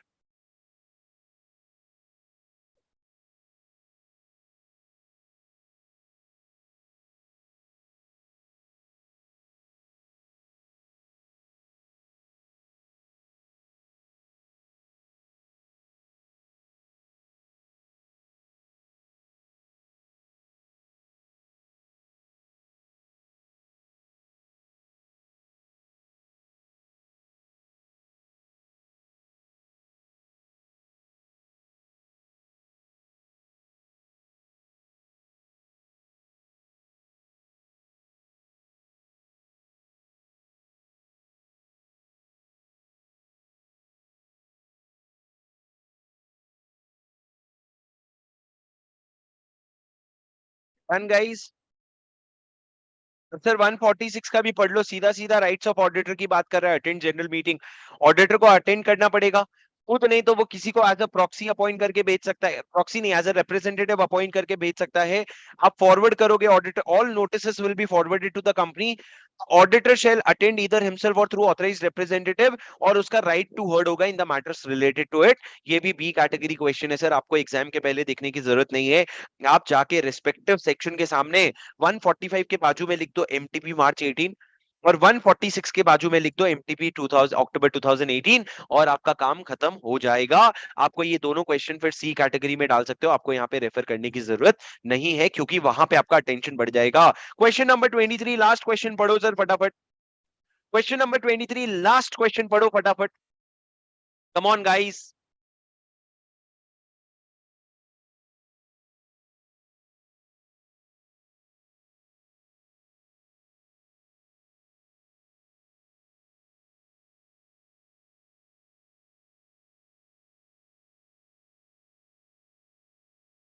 सर एक सेक्शन बचा था, उसमें भी आ गए। स्टैट्यूटरी ऑडिटर को बोल रहे हैं तू ना डिजाइनिंग और इम्प्लीमेंटेशन कर दे फाइनेंशियल इंफॉर्मेशन सिस्टम का, क्या वो कर सकता है? यस, पीएफ, ओम। ये क्या था सर? कीपिंग, कीपिंग और अकाउंटिंग का काम नहीं कर सकते। आई, बोलो ना, अरे यार मेरे से आगे बोलो ना यार, प्लीज ना यार, प्लीज। आई, इंटरनल ऑडिट का काम नहीं कर सकते। एस, सिस्टम्स का, यही जो काम इन्होंने बोला है वो काम नहीं कर सकते। ए, बोलो ना, एक्चुअल सर्विस का काम नहीं कर सकते। B, banking and investment services. F, any other financial services. O, others in M management related services. ये सारा काम आपको स्ट्रिक्टली प्रोहिबिटेड है, तो आप इसको बिल्कुल भी नहीं कर सकते। ये स्ट्रिक्टली प्रोहिबिटेड है, तो आप इसको बिल्कुल भी नहीं कर सकते। अगर उसने ये अपॉइंटमेंट ले लिया तो सेक्शन 147 वाली पेनल्टी अट्रैक्ट करेगा। In lights of above provision we advise the statutory auditor not to take up the stated assignment. भाई हम ज्ञान दे रहे हैं, मत कर। ठीक है सर, ये पूरा कॉम्प्रहेंसिव कवरेज, ये क्वेश्चन को सर मैं बिकॉज ये 144 का एक क्वेश्चन है, मैं वन ऑफ अ काइंड है इसलिए एक कैटेगरी में डाल दूंगा, ताकि आपको आंसर लिखने का ढंग पता चले, बट इससे और भी प्रैक्टिकल क्वेश्चंस बन सकते हैं। तो क्वेश्चन नंबर 22 को अपन एक कैटेगरी में डाल देते हैं। अब सर आ जाओ चैप्टर नंबर 9 पे। चैप्टर नंबर 9 के भी काफी सारे क्वेश्चंस कर लेते हैं, बहुत छोटा सा है सर, इसमें सिर्फ 19 क्वेश्चंस है। और सुनो ना, इसमें सिर्फ 19 क्वेश्चंस है। हम चलो सिर्फ 5 क्वेश्चन करेंगे, सिर्फ 5 सिलेक्टेड क्वेश्चंस करेंगे, तो प्लीज अपना ध्यान बनाए रखना। 5 क्वेश्चंस करेंगे और बाकी क्वेश्चंस जो रिपीटेड है वो नहीं करेंगे, वो आप एज अ होमवर्क ले सकते हो। तो आपके 2 बड़े बड़े चैप्टर्स का क्वेश्चन बैंक करके खत्म हो जाएगा। क्या चाहिए रे तुमको लाइफ में? और तुम मेरे को बता दो तुमको लाइफ में और क्या होना, वो सब चीज के अलावा, वो सब मैं नहीं करवा सकता तुम्हारे लिए। हाँ, पढ़ाई में तुमको क्या चाहिए और बताओ ना, पढ़ाई में क्या चाहिए तुमको और बताओ ना। सर आपको जमा question bank, did you understand what CSR? Sneha, what CSR? Guys तुमको समझा क्या? Did you understand? बोलो हाँ, बोलो हाँ। बेटा चाहिए बुलेट गन, मेरे को भी चाहिए। पढ़ो सर, क्वेश्चन नंबर 1 पढ़ो फटाफट, चैप्टर 9 का क्वेश्चन नंबर 1 पढ़ो फटाफट। एक गधा है क्या रवि? है, आज के जमाने में सिंगल एंट्री में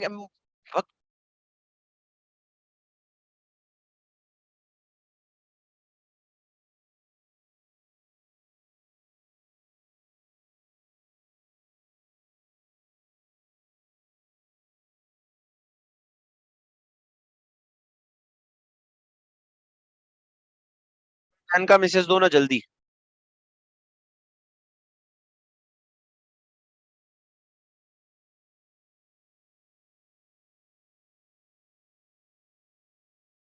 सर क्या सिंगल एंट्री अकाउंटिंग सिस्टम होती है? नहीं सर, आपको अक्रूवल बेसिस पे डबल एंट्री पे मेंटेन करना पड़ेगा। अक्रूवल बेसिस और डबल एंट्री। कौन पर्सन रिस्पॉन्सिबल होते हैं? 4 लोग रिस्पॉन्सिबल होते हैं। कंपनी का एमडी, कौन कौन बोलो? कंपनी का एमडी, कंपनी का whole time director in charge of finance, CFO, और any other person as may be authorise, वो चार लोग रिस्पॉन्सिबल होते हैं। ये लोग आपके बुक्स ऑफ अकाउंट्स के मेंटेनेंस के लिए रिस्पॉन्सिबल होते हैं। क्या company books of accounts e board में रख सकती है? बिल्कुल हाँ। बट क्या वो एक्सेसिबल ओनली आउटसाइड इंडिया हो सकता है? नहीं, आपका बुक्स ऑफ अकाउंट्स जो ई मोड में मेंटेन कर रहे हो वो इंडिया में एक्सेसिबल होना चाहिए, इंडिया में एक्सेसिबल रखना पड़ेगा आपको। समझा? समझा आपको? Did you understand guys? तो सर एवरी फाइनेंशियल ईयर आप बुक्स ऑफ अकाउंट प्रिपेयर करोगे जो ट्रू एंड फेयर व्यू देता है, वो अक्रूवल बेसिस पे होगा, डबल एंट्री सिस्टम के पे होगा, तो सिंगल एंट्री सिस्टम वाला परमिटेड नहीं है। सर और क्या चाहिए तुमको? कीवर्ड्स क्या मस्त हाईलाइट कर दिया अपन ने। कौन पर्सन रिस्पॉन्सिबल होते हैं sir? Managing director, whole time director in charge of finance, CFO और any other person charge by the board with respect of complying the duty. और बुक जो ई मोड में रखते हो वो एक्सेसिबल इन इंडिया होनी चाहिए, प्रॉपर सिस्टम फॉर स्टोरेज और रिट्रीवल होना चाहिए, and it should be kept in server located in India. Should be kept in server located in India. ये 3 पॉइंट आपको लिखोगे तब जाके आपको ये पॉइंट्स मिलेंगे। ये 3 पॉइंट आपको याद नहीं होंगे, पर सर देखो एमटीपी, एमटीपी ये क्वेश्चन जो है एग्जाम में आने के लिए तड़प रहा है। बोले मेरे को आने का है, मेरे को जाना पड़ेगा, पर सर इसको नहीं जाने मिल रहा। सर ये क्वेश्चन एग्जाम में आने के लिए बहुत सारे चांसेस हैं, और ई मोड का क्वेश्चन है, तो ई मोड में क्या 3 पॉइंट है? एक्सेसिबल इन इंडिया होना चाहिए, दूसरा प्रॉपर सिस्टम फॉर स्टोरेज और रिट्रीवल होना चाहिए, और तीसरा it should be kept in server physically located in India होना चाहिए। क्या आपको बात समझ आई? हाँ सर।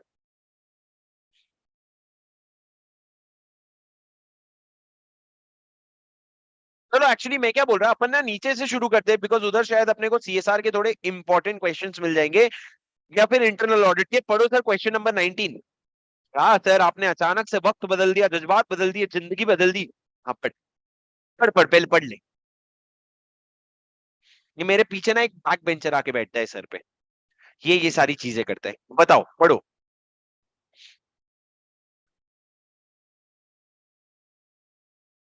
भाई जल्दी मेरे को डन का मैसेज दो, अपने रफ्तार दिखाओ, फुल रफ्तार, एग्जाम बहुत बहुत पास है, जल्दी करो।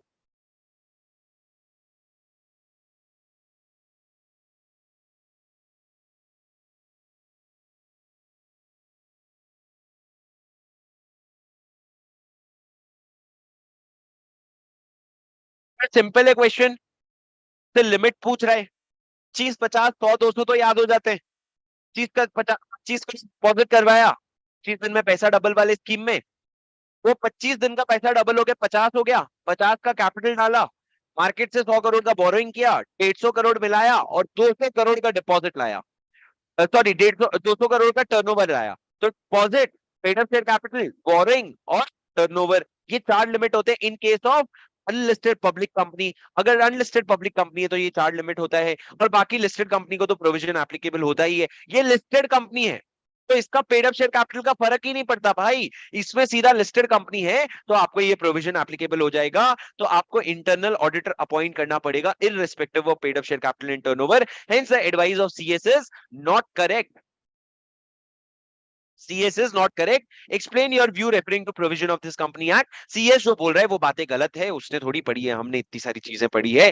ठीक है सर, तो क्वेश्चन नंबर 19 जो है मैं ए कैटेगरी मार्क करूंगा, देखना बनता है। क्वेश्चन नंबर 18 जो है उसको मैं अभी के लिए आपको होमवर्क दे रहा हूं, और इसको मैं अभी सी कैटेगरी मार्क करूंगा, बिकॉज नहीं एक्चुअली बी कैटेगरी मार्क करूंगा, बिकॉज सर ये प्राइवेट कंपनी के लिमिट से रिलेटेड है।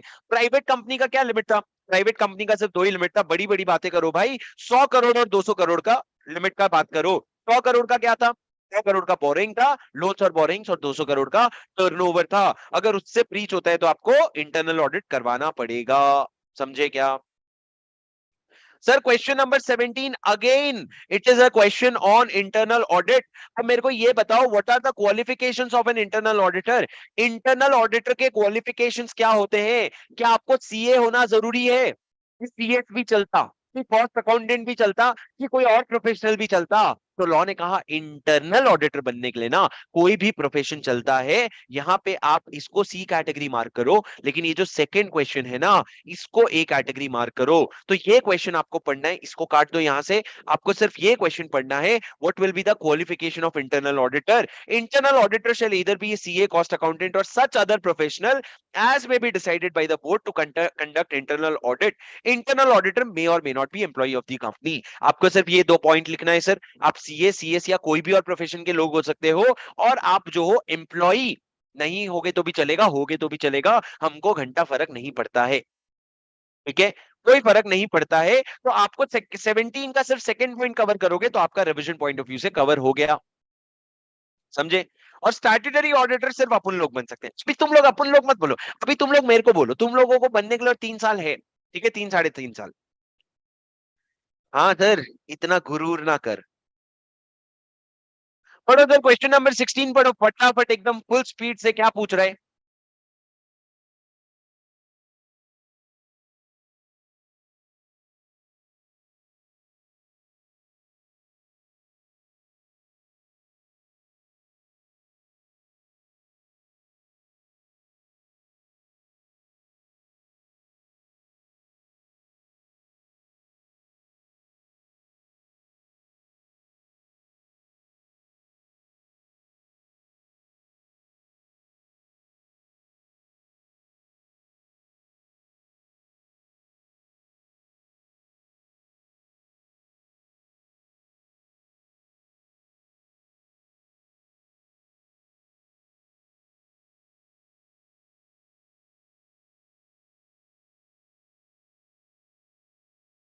सर सिंपल सा क्वेश्चन है। एजीएम कब हुआ था? 31 अगस्त 2018। एजीएम कब हुआ था? 31 अगस्त 2018। उसके बाद अगर आपको एजीएम में, क्या आपने फाइनेंशियल स्टेटमेंट अडॉप्ट किया? नहीं, आपने अडॉप्ट नहीं किया। तो सर अगर फाइनेंशियल स्टेटमेंट अडॉप्ट ही नहीं हुआ तो आपको आरओसी को जाके फाइल करना पड़ता क्या? अगर एजीएम में अडॉप्ट ही नहीं हुआ तो आरओसी को जाके फाइल करना पड़ता क्या? हाँ, लॉ ने कहा था 30 डेज के अंदर अंदर प्रोविजनल स्टेटमेंट फाइल कर देना। बाद में जब तुम्हारा अडॉप्ट हो जाता है, कब अडॉप्ट हुआ? 15 अक्टूबर को अडॉप्ट हुआ ना, उसके 30 डेज के अंदर वापस फाइल कर देना। सर तुमने क्या 31 अगस्त के 30 डेज के अंदर फाइल किया? 31 अगस्त के 30 डेज मतलब क्या, 30 सितंबर तक फाइल करना था? क्या तुमने फाइल किया? नहीं, तुमने तो सीधा 12 नवंबर को फाइल किया। तो तुमने कॉन्ट्रावेंशन किया है सेक्शन 137 का। Examine with reference to applicable provision whether Sun Limited has complied with statutory requirement filing the accounts with register. नहीं sir, it has not complied with statutory requirement, क्योंकि अनअडॉप्टेड अकाउंट्स भी जो होता है ना, वो आपको प्रोविजनल बेसिस पे फाइल करना होता है। आपने फाइल नहीं किया। क्या लिखा है sir? The financial statement adopted. देखो ऊपर, अगर अडॉप्ट नहीं हुआ है तुम उसको फाइल करो एज प्रोविजनल, पर अगर बाद में जब अडॉप्ट हो जाता है तो उसके 30 डेज के अंदर फिर से फाइल कर दो। इंस्टेंट केस में अडॉप्ट नहीं हुआ था पर आपने फाइल भी नहीं किया, आपको प्रोविजनल बेसिस पे फाइल करना चाहिए था।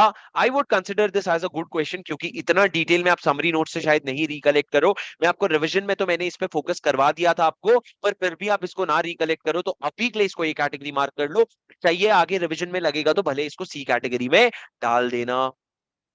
सी कैटेगरी में डाल देना बे, इधर डाल। पढ़ो पढ़ो, नेक्स्ट क्वेश्चन पढ़ो।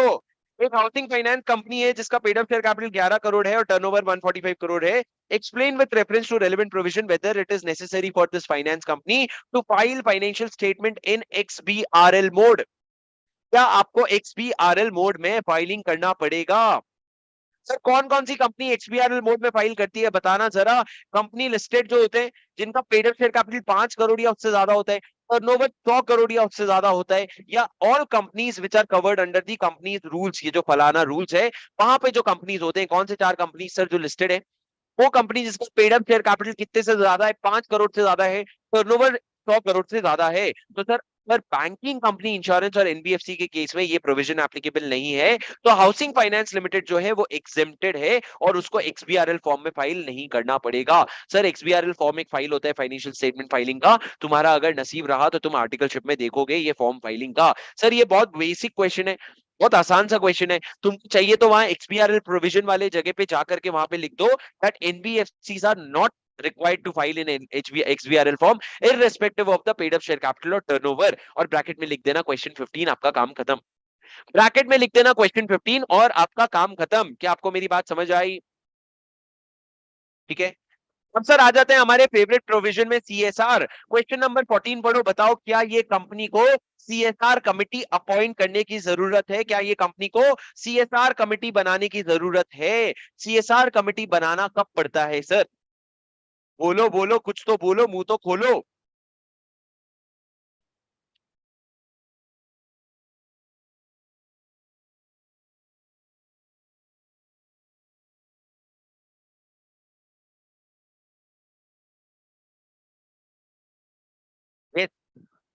यस प्रशांत, करेक्ट।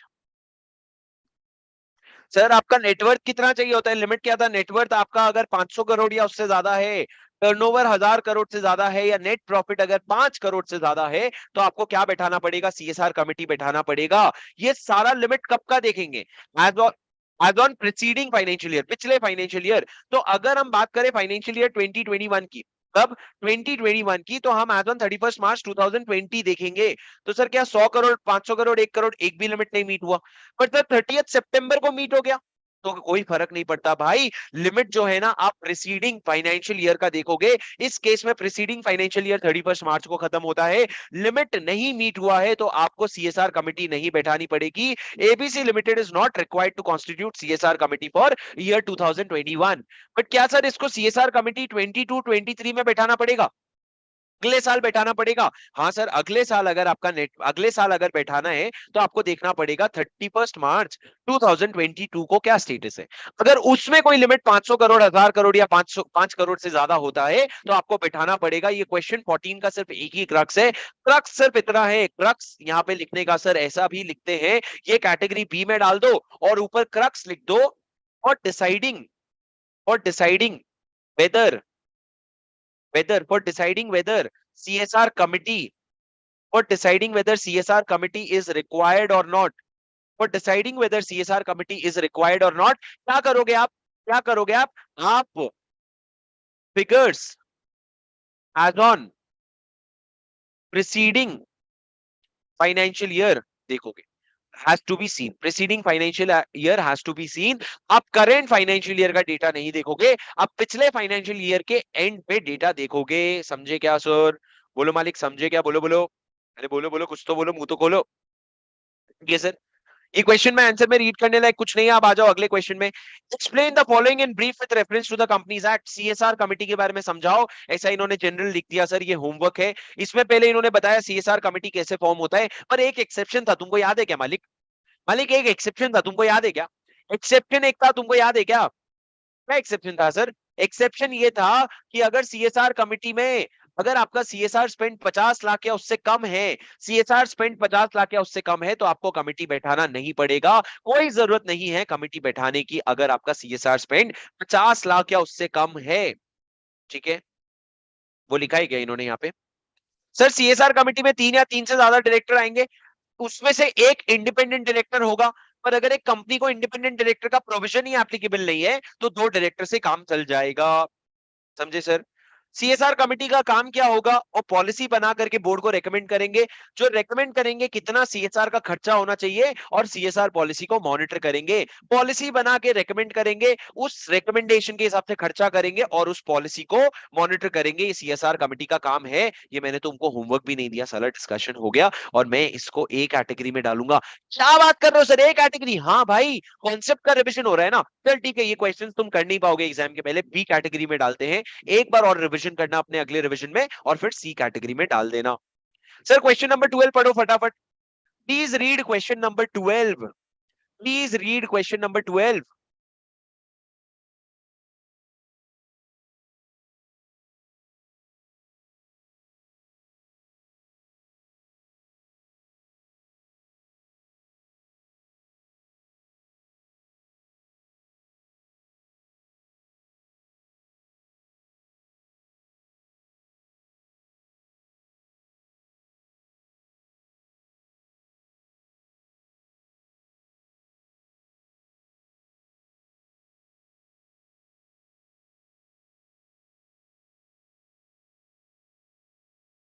सर क्या एक्सेस एक्सपेंडिचर को फ्यूचर में सीएसआर एक्सपेंडिचर माना जा सकता है? हाँ सर, हमको पता है कि अगर आपने एक्सेस एक्सपेंडिचर किया है तो फ्यूचर में उसका सेट ऑफ मिल जाएगा आपको। सेट ऑफ जो मिलेगा ना, वो सक्सीडिंग 3 फाइनेंशियल ईयर तक आपको मिल सकता है, अगर बोर्ड रेजोल्यूशन पास करे तो।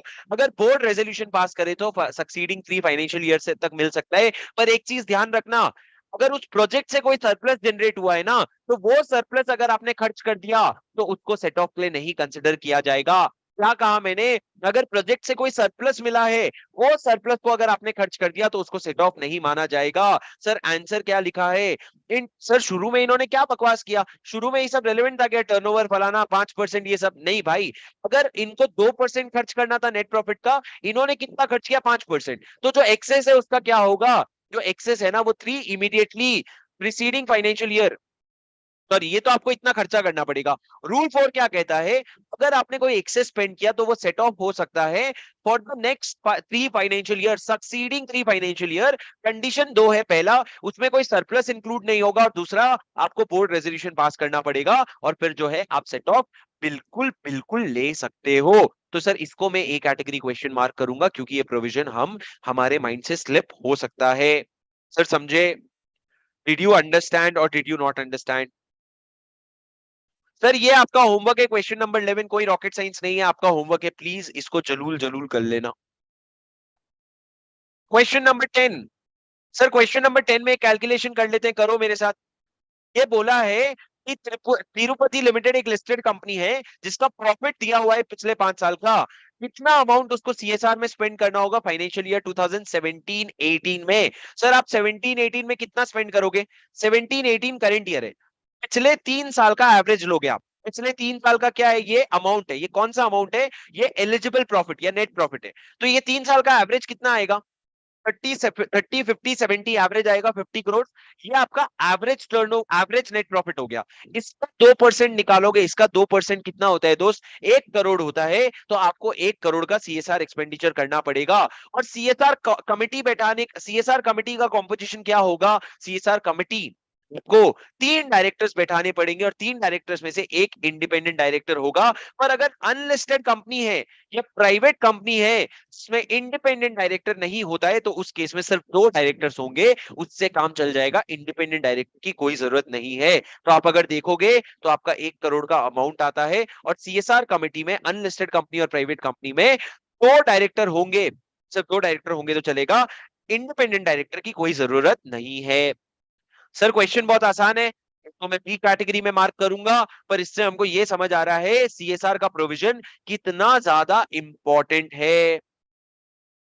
सर पढ़ो, क्वेश्चन नंबर 9 पढ़ो, कुछ नया दिख रहा है? आरटीपी नवंबर 2019 है ये, पढ़ो।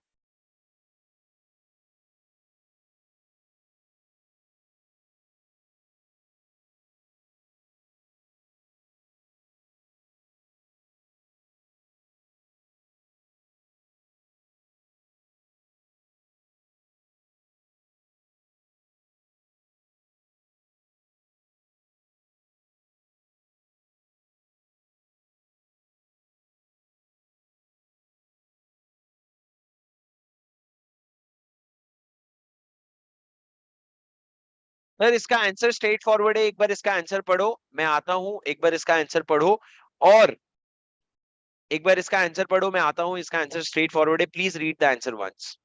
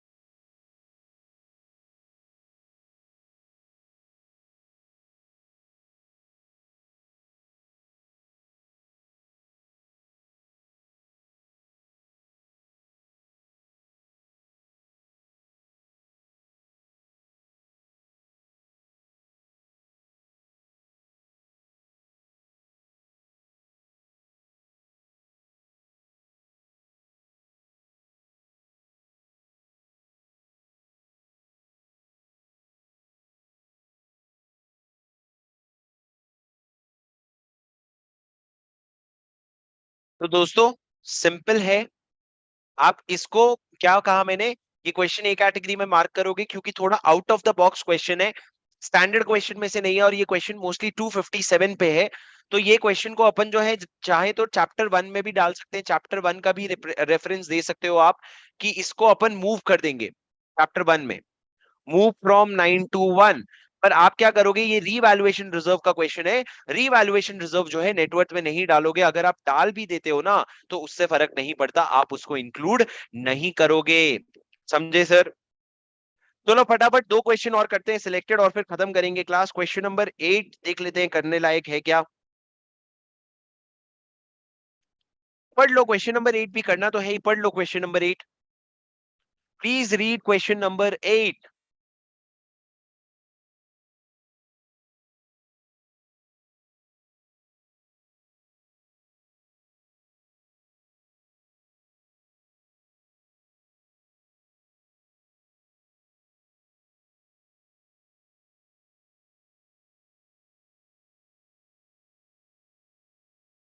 हाँ तो 11 को एक मार्क कर लेना प्रशांत, मैंने तो होमवर्क दिया है, कर ले।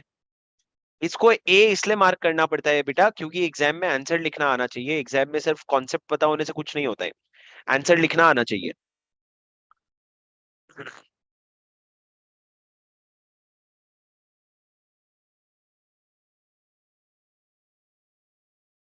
सर बोर्ड ऑफ डायरेक्टर में कौन कौन है इस कंपनी के? डायरेक्टर है घनश्याम, एक डायरेक्टर है हैदर, और एक मैनेजिंग डायरेक्टर है इंदर्शन।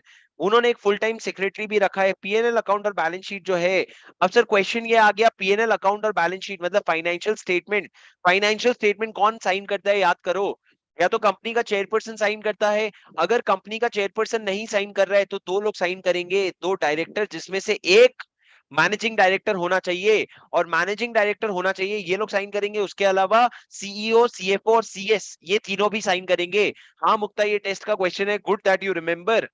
सर ये जो फाइनेंशियल स्टेटमेंट है, इसको कौन कौन ऑथेंटिकेट करेगा? तो 134 कहता है कि बोर्ड ऑफ डायरेक्टर के बिहाफ में कौन साइन करेगा, बाय द चेयरपर्सन, या फिर अगर उसने ऑथराइज किया तो दो डायरेक्टर, जिसमें से एक एमडी होना चाहिए, और उसके अलावा सीईओ, सीएफओ और सीएस साइन करते हैं। इंस्टेंट केस में मिस्टर घनश्याम ने साइन किया है, हैदर ने साइन किया है, दोनों डायरेक्टर हैं, पर इसमें से कोई भी मैनेजिंग डायरेक्टर नहीं है। Mister Anderson the managing director should be one of the two signing directors, दोनों में से एक डायरेक्टर तो मिस्टर इंदरसन होना चाहिए। तो कंपनी ने फुल टाइम सेक्रेटरी रखा है तो वो भी साइन करेगा। तो फाइनेंशियल स्टेटमेंट जो है प्रॉपर्ली ऑथेंटिकेटेड नहीं है, प्रॉपर्ली साइन नहीं है। सर सीईओ और सीएफओ उसके बारे में कुछ नहीं दिया है, तो हम मान के चलेंगे उनकी बात ही नहीं करनी है अपने को। Did you understand sir? क्या आपको समझ आया? Did you understand? Yes sir.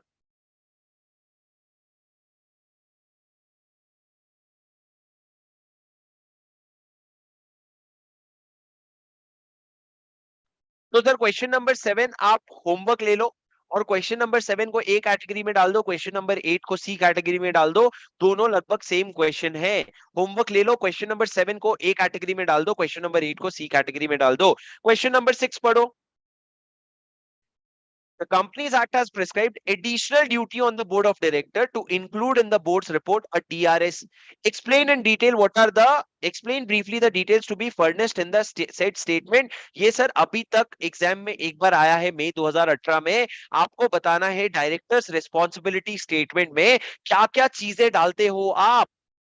Sir आप अपने डायरेक्टर्स रिस्पॉन्सिबिलिटी स्टेटमेंट में क्या क्या चीजें डालते हो? आपको याद है एएस एपी केयर कर लोगे तो गोइंग कंसर्न कंट्रोल हो जाएगा। एएसएपी केयर कर लोगे तो गोइंग कंट्रोल हो जाएगा, और गोइंग कंसर्न कंट्रोल हो जाएगा, और एक सिस्टम आप बताओगे कि अकाउंटिंग स्टैंडर्ड का कंप्लायंस हुआ है, और अगर अकाउंटिंग स्टैंडर्ड से कोई डिविएशन हुआ है तो उसका जस्टिफिकेशन दोगे। आप बताओगे अकाउंटिंग पॉलिसीज अडॉप्ट किए हैं और उसमें कोई रीजनेबल हमको जजमेंट लेना पड़ा है तो वो हमने लिया है। केयर, आप केयर कौन सी तीन चीजों की केयर करोगे sir?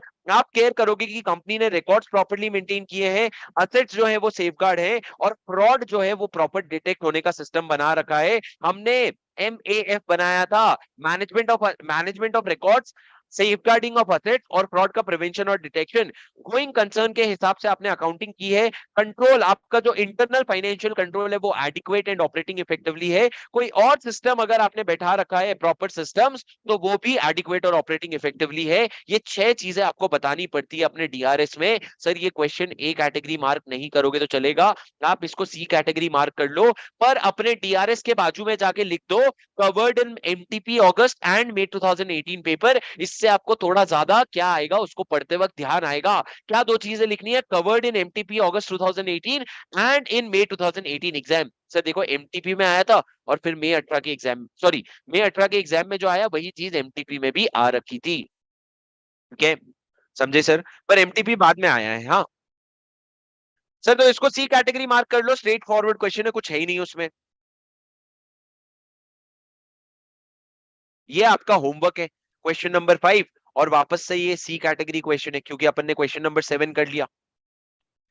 Explain the following in brief with regard to NFRA, ये आपका होमवर्क है और इसको मैं बी कैटेगरी डालूंगा क्योंकि आप एनएफआरए वैसे भी पढ़ने वाले हो, तो क्वेश्चन पढ़ के कुछ अलग होने वाला है नहीं आपसे।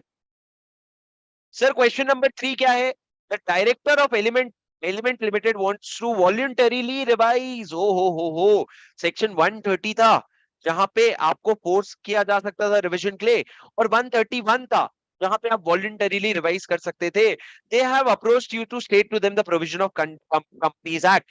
अगर एक कंपनी वॉलंटरी रिवीजन करना चाहती है किस चीज का, फाइनेंशियल स्टेटमेंट का, जो 129 के अंदर बनता है, या फिर आप अपने बोर्ड रिपोर्ट का भी रिवीजन कर सकते हो जो 134 में बनता है, अगर आपको लगता है कि फाइनेंशियल स्टेटमेंट सेक्शन 129 के कंप्लायंस में नहीं है, तो आप एप्लीकेशन दोगे ट्राइब्यूनल को, ट्राइब्यूनल आपको अप्रूवल देगा, और ट्राइब्यूनल आपको अप्रूवल देने के बाद ही आपको चेंजेस कर सकते हो, और आप फाइनेंशियल स्टेटमेंट और बोर्ड का रिवीजन जो है साल में एक बार से ज्यादा नहीं कर सकते। साल में एक बार फाइनेंशियल स्टेटमेंट रिवाइज कर सकते हो, साल में एक बार बोर्ड रिपोर्ट रिवाइज कर सकते हो। तो इस केस में क्या रिवीजन हो सकता है? हाँ जी हाँ, बिल्कुल रिवीजन हो सकता है। पर सर देखो कितना डिटेल्ड में इन्होंने आंसर लिखा है।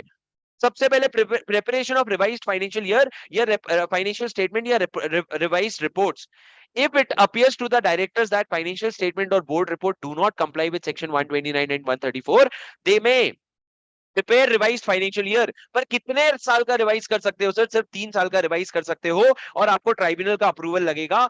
एप्लीकेशन दोगे और ट्राइब्यूनल आपको अप्रूवल देगा। ट्राइब्यूनल अप्रूवल देने के पहले आगे नोटिस सेंट्रल गवर्नमेंट को और इनकम टैक्स अथॉरिटी को भेजेगा, और उनके रिप्रेजेंटेशन को कंसिडरेशन में लेगा। आपको पता है आप ट्राइब्यूनल के पास जाओगे, ट्राइब्यूनल सीजी और इनकम टैक्स के पास जाएगा कि भाई सुन लो चेंज कर रहा है ये, और उसके बाद उनके रिप्रेजेंटेशन को कंसिडर करके अपना ऑर्डर देगा। सर ये जो रिवीजन है ना, आप एक साल से एक बार से ज्यादा नहीं कर सकते, साल में एक ही बार कर सकते हो। रीजन फॉर रिवीजन आपको बताना पड़ेगा, डिटेल्ड रीजन देना पड़ेगा बोर्ड रिपोर्ट में कि भैया हमने कितना रिवीजन किया है और क्या रिवीजन किया है। अब सर मैंने आपको बताया था ऐसा नहीं हो सकता रिवीजन के नाम पे आपने पूरे वक्त बदल दी, जज्बात बदल दिए, नहीं भाई, थोड़े से करेक्शन कर सकते हो, ज्यादा नहीं, थोड़े से करेक्शन कर सकते हो, और उस करेक्शन के कॉन्सिक्वेंशियल ऑल्टरेशन कर सकते हो, बस हो गया, उससे ज्यादा चेंजेस आप नहीं कर सकते। ठीक है, और ये थर्ड पॉइंट नहीं भी पढ़ोगे तो चलेगा, आपको इतना सा ही लिखने पे आपका काम हो जाएगा। इसको मैं बी कैटेगरी क्वेश्चन मार्क करूंगा, वापस से ये ए कैटेगरी क्वेश्चन के लायक नहीं है। And this brings us to the last question for the day, question number 2। क्या लिखा है sir? Sir income tax authority है, वो तुम्हारे बुक्स को रीओपन करना चाहती है। भी हम 2019-20 में है, वो 2008-9 के बुक्स को रीओपन करना चाहती है, इसलिए उसने एनसीएलटी को एप्लीकेशन दिया। तो 2008-9 के बुक्स रीओपन हो सकते हैं? सर सिंपल सी बात है, बुक्स कितने साल के रीओपन हो सकते हैं? 8 साल के। 8 साल अगर आप 2019-20 में हो तो क्लियरली समझ आता है 8 साल जो है 2011-12 या उसके बाद ही आएगा, उसके पहले तो आ नहीं सकता। तो 2008 और 9 के बुक्स नहीं रीओपन कर सकते, अनलेस सेंट्रल गवर्नमेंट ने वो साल में इन्वेस्टिगेशन किया था और इन्वेस्टिगेशन करके बोला था कि तुम वो बुक्स ऑफ अकाउंट्स को 8 साल से ज्यादा मेंटेन करना पड़ेगा। तो इस केस में बुक्स का क्या रीओपनिंग हो सकता है और रीकास्टिंग हो सकता है? नहीं सर, रीओपनिंग और रीकास्टिंग इस केस में नहीं हो सकता है। पर सर पर सर आप समझो ना, आपको थोड़े से प्रोविजन तो बताने पड़ेंगे ना, पर आप यहाँ पे बता सकते हो 8 फाइनेंशियल ईयर तक का होता है, इस केस में वैलिड नहीं है। हाँ, जो क्योंकि आपका एनसीएलटी को आपका रेफर करना वैलिड है, क्योंकि आप एनसीएलटी के पास जाओगे, एनसीएलटी वापस से बाकी लोगों के पास जाएगा, उनकी रिप्रेजेंटेशन लेगा और फिर ऑर्डर करेगा रिवीजन का। कब ऑर्डर करता है सर रिवीजन का? अगर पता चलता है कि फ्रॉडलेंट मैनर में बनाया गया है या फिर आपके बुक्स ऑफ अकाउंट्स पे डाउट्स हो रहा है हमको, तो वो ओपन कर सकता है। तो क्वेश्चन नंबर 2 में जो है, क्या वो ओपन कर सकता है? हाँ, पर 8 साल से पहले का नहीं कर सकता, इसलिए 2008 और 9 का बुक्स जो है रीओपन नहीं हो सकता है। Just because of writing the answer in this case, I have put it as A category provision. A category में डाल दो, बाद में चाहिए तो B category में डाल के खत्म कर देना। और सर लास्ट क्वेश्चन आपका, सीए इंटरमीडिएट का स्टूडेंट है, उसका फ्रेंड उसको अप्रोच करके बोल रहा है inspection of books of accounts के बारे में बता या पीरियड ऑफ प्रिजर्वेशन के बारे में बता। ये तुम्हारा होमवर्क है, तुम लोग कर लेना, बच्चों वाले प्रोविजन, स्टूडेंट हो तुम लोग, तुम लोगों को पूछ लिया तो तुम लोग बता देना कैसे इंस्पेक्शन होता है। That's it guys, that was a very comprehensive। 1.5 घंटे में हमने 16 से 17 मार्क के चैप्टर वाला, 16 से 17 मार्क के चैप्टर वाला, 16 से 17 मार्क के चैप्टर वाले का रिवीजन हमने पूरा क्वेश्चन बैंक कवर कर लिया दोस्तों। और सारे यूनिक क्वेश्चंस किए हैं, कोई भी रिपीट क्वेश्चन हमने किया भी है, रिपीट क्वेश्चन भी कितना किया हमने, बट हमारा सर 1.5 घंटे में क्वेश्चन बैंक खत्म हो गया। और सर चैप्टर 7 का क्वेश्चन बैंक हो गया और चैप्टर 1 का करवाया था और बीच में और भी क्वेश्चन बैंक है। गाइस क्वेश्चन बैंक अपन इतना ही करेंगे, अगर लगेगा तो एक आधा चैप्टर का और देखेंगे, पर इससे ज्यादा क्वेश्चन बैंक अपन नहीं करेंगे। हमारा पूरा कॉन्सेप्ट हो गया और पूरा क्वेश्चन बैंक हो गया, इसके साथ हमारा कंपनीज एक्ट का पूरा खात्मा हो जाता है। तो हमारे हाथ में बचता है अदर लॉ, जो हम कल से शुरू करेंगे, शाम को 7 बजे अदर लॉ की पढ़ाई करेंगे। मैं सोच रहा हूँ इंडियन कॉन्ट्रैक्ट एक्ट को 2 अलग अलग पार्ट में स्प्लिट कर दूं, ताकि हम लोगों को पे प्रेशर नहीं आए और हम लोग उसको आराम से रिवाइज करके खत्म कर सके।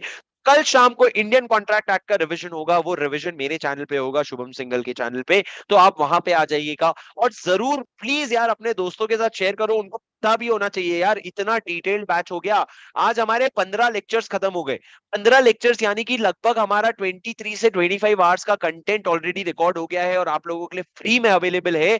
You should utilise the maximum out of it guys, पूरा एनर्जी। और अभी बचा है, अभी बचा है, तो अपने दोस्तों को अपने साथ ऑनबोर्ड कर लो, उनको बोलो भाई फटाफट कंपनीज एक्ट कैचअप कर ले। और अगर नहीं भी है तो कल से अदर लॉ के लिए उनको ले आना यूट्यूब चैनल पे शुभम सिंगल के नाम पे। गाइस वेरी ऑनेस्टली एक बार अपने लिए, अपने लिए वीडियो को सब्सक्राइब, चैनल को सब्सक्राइब जरूर कर लेना। क्यों? क्योंकि आपको अलग अलग नोटिफिकेशंस टाइमली मिलते रहे और अभी आपके लिए बहुत इंपॉर्टेंट है मेरे लिए वीडियो को लाइक और कमेंट जरूर कर देना, because guys your appreciation is honestly my motivation. Trust me, it helps me a lot and boosts my confidence. So do make sure that you click on the like button and make sure that you share this with all your friends और comment जरूर करना मत भूलना। Thanks a lot guys, study hard, इस बार मचेगा cheat फाड़। See you all in the next video. Bye bye, take care and stay safe. Bye bye.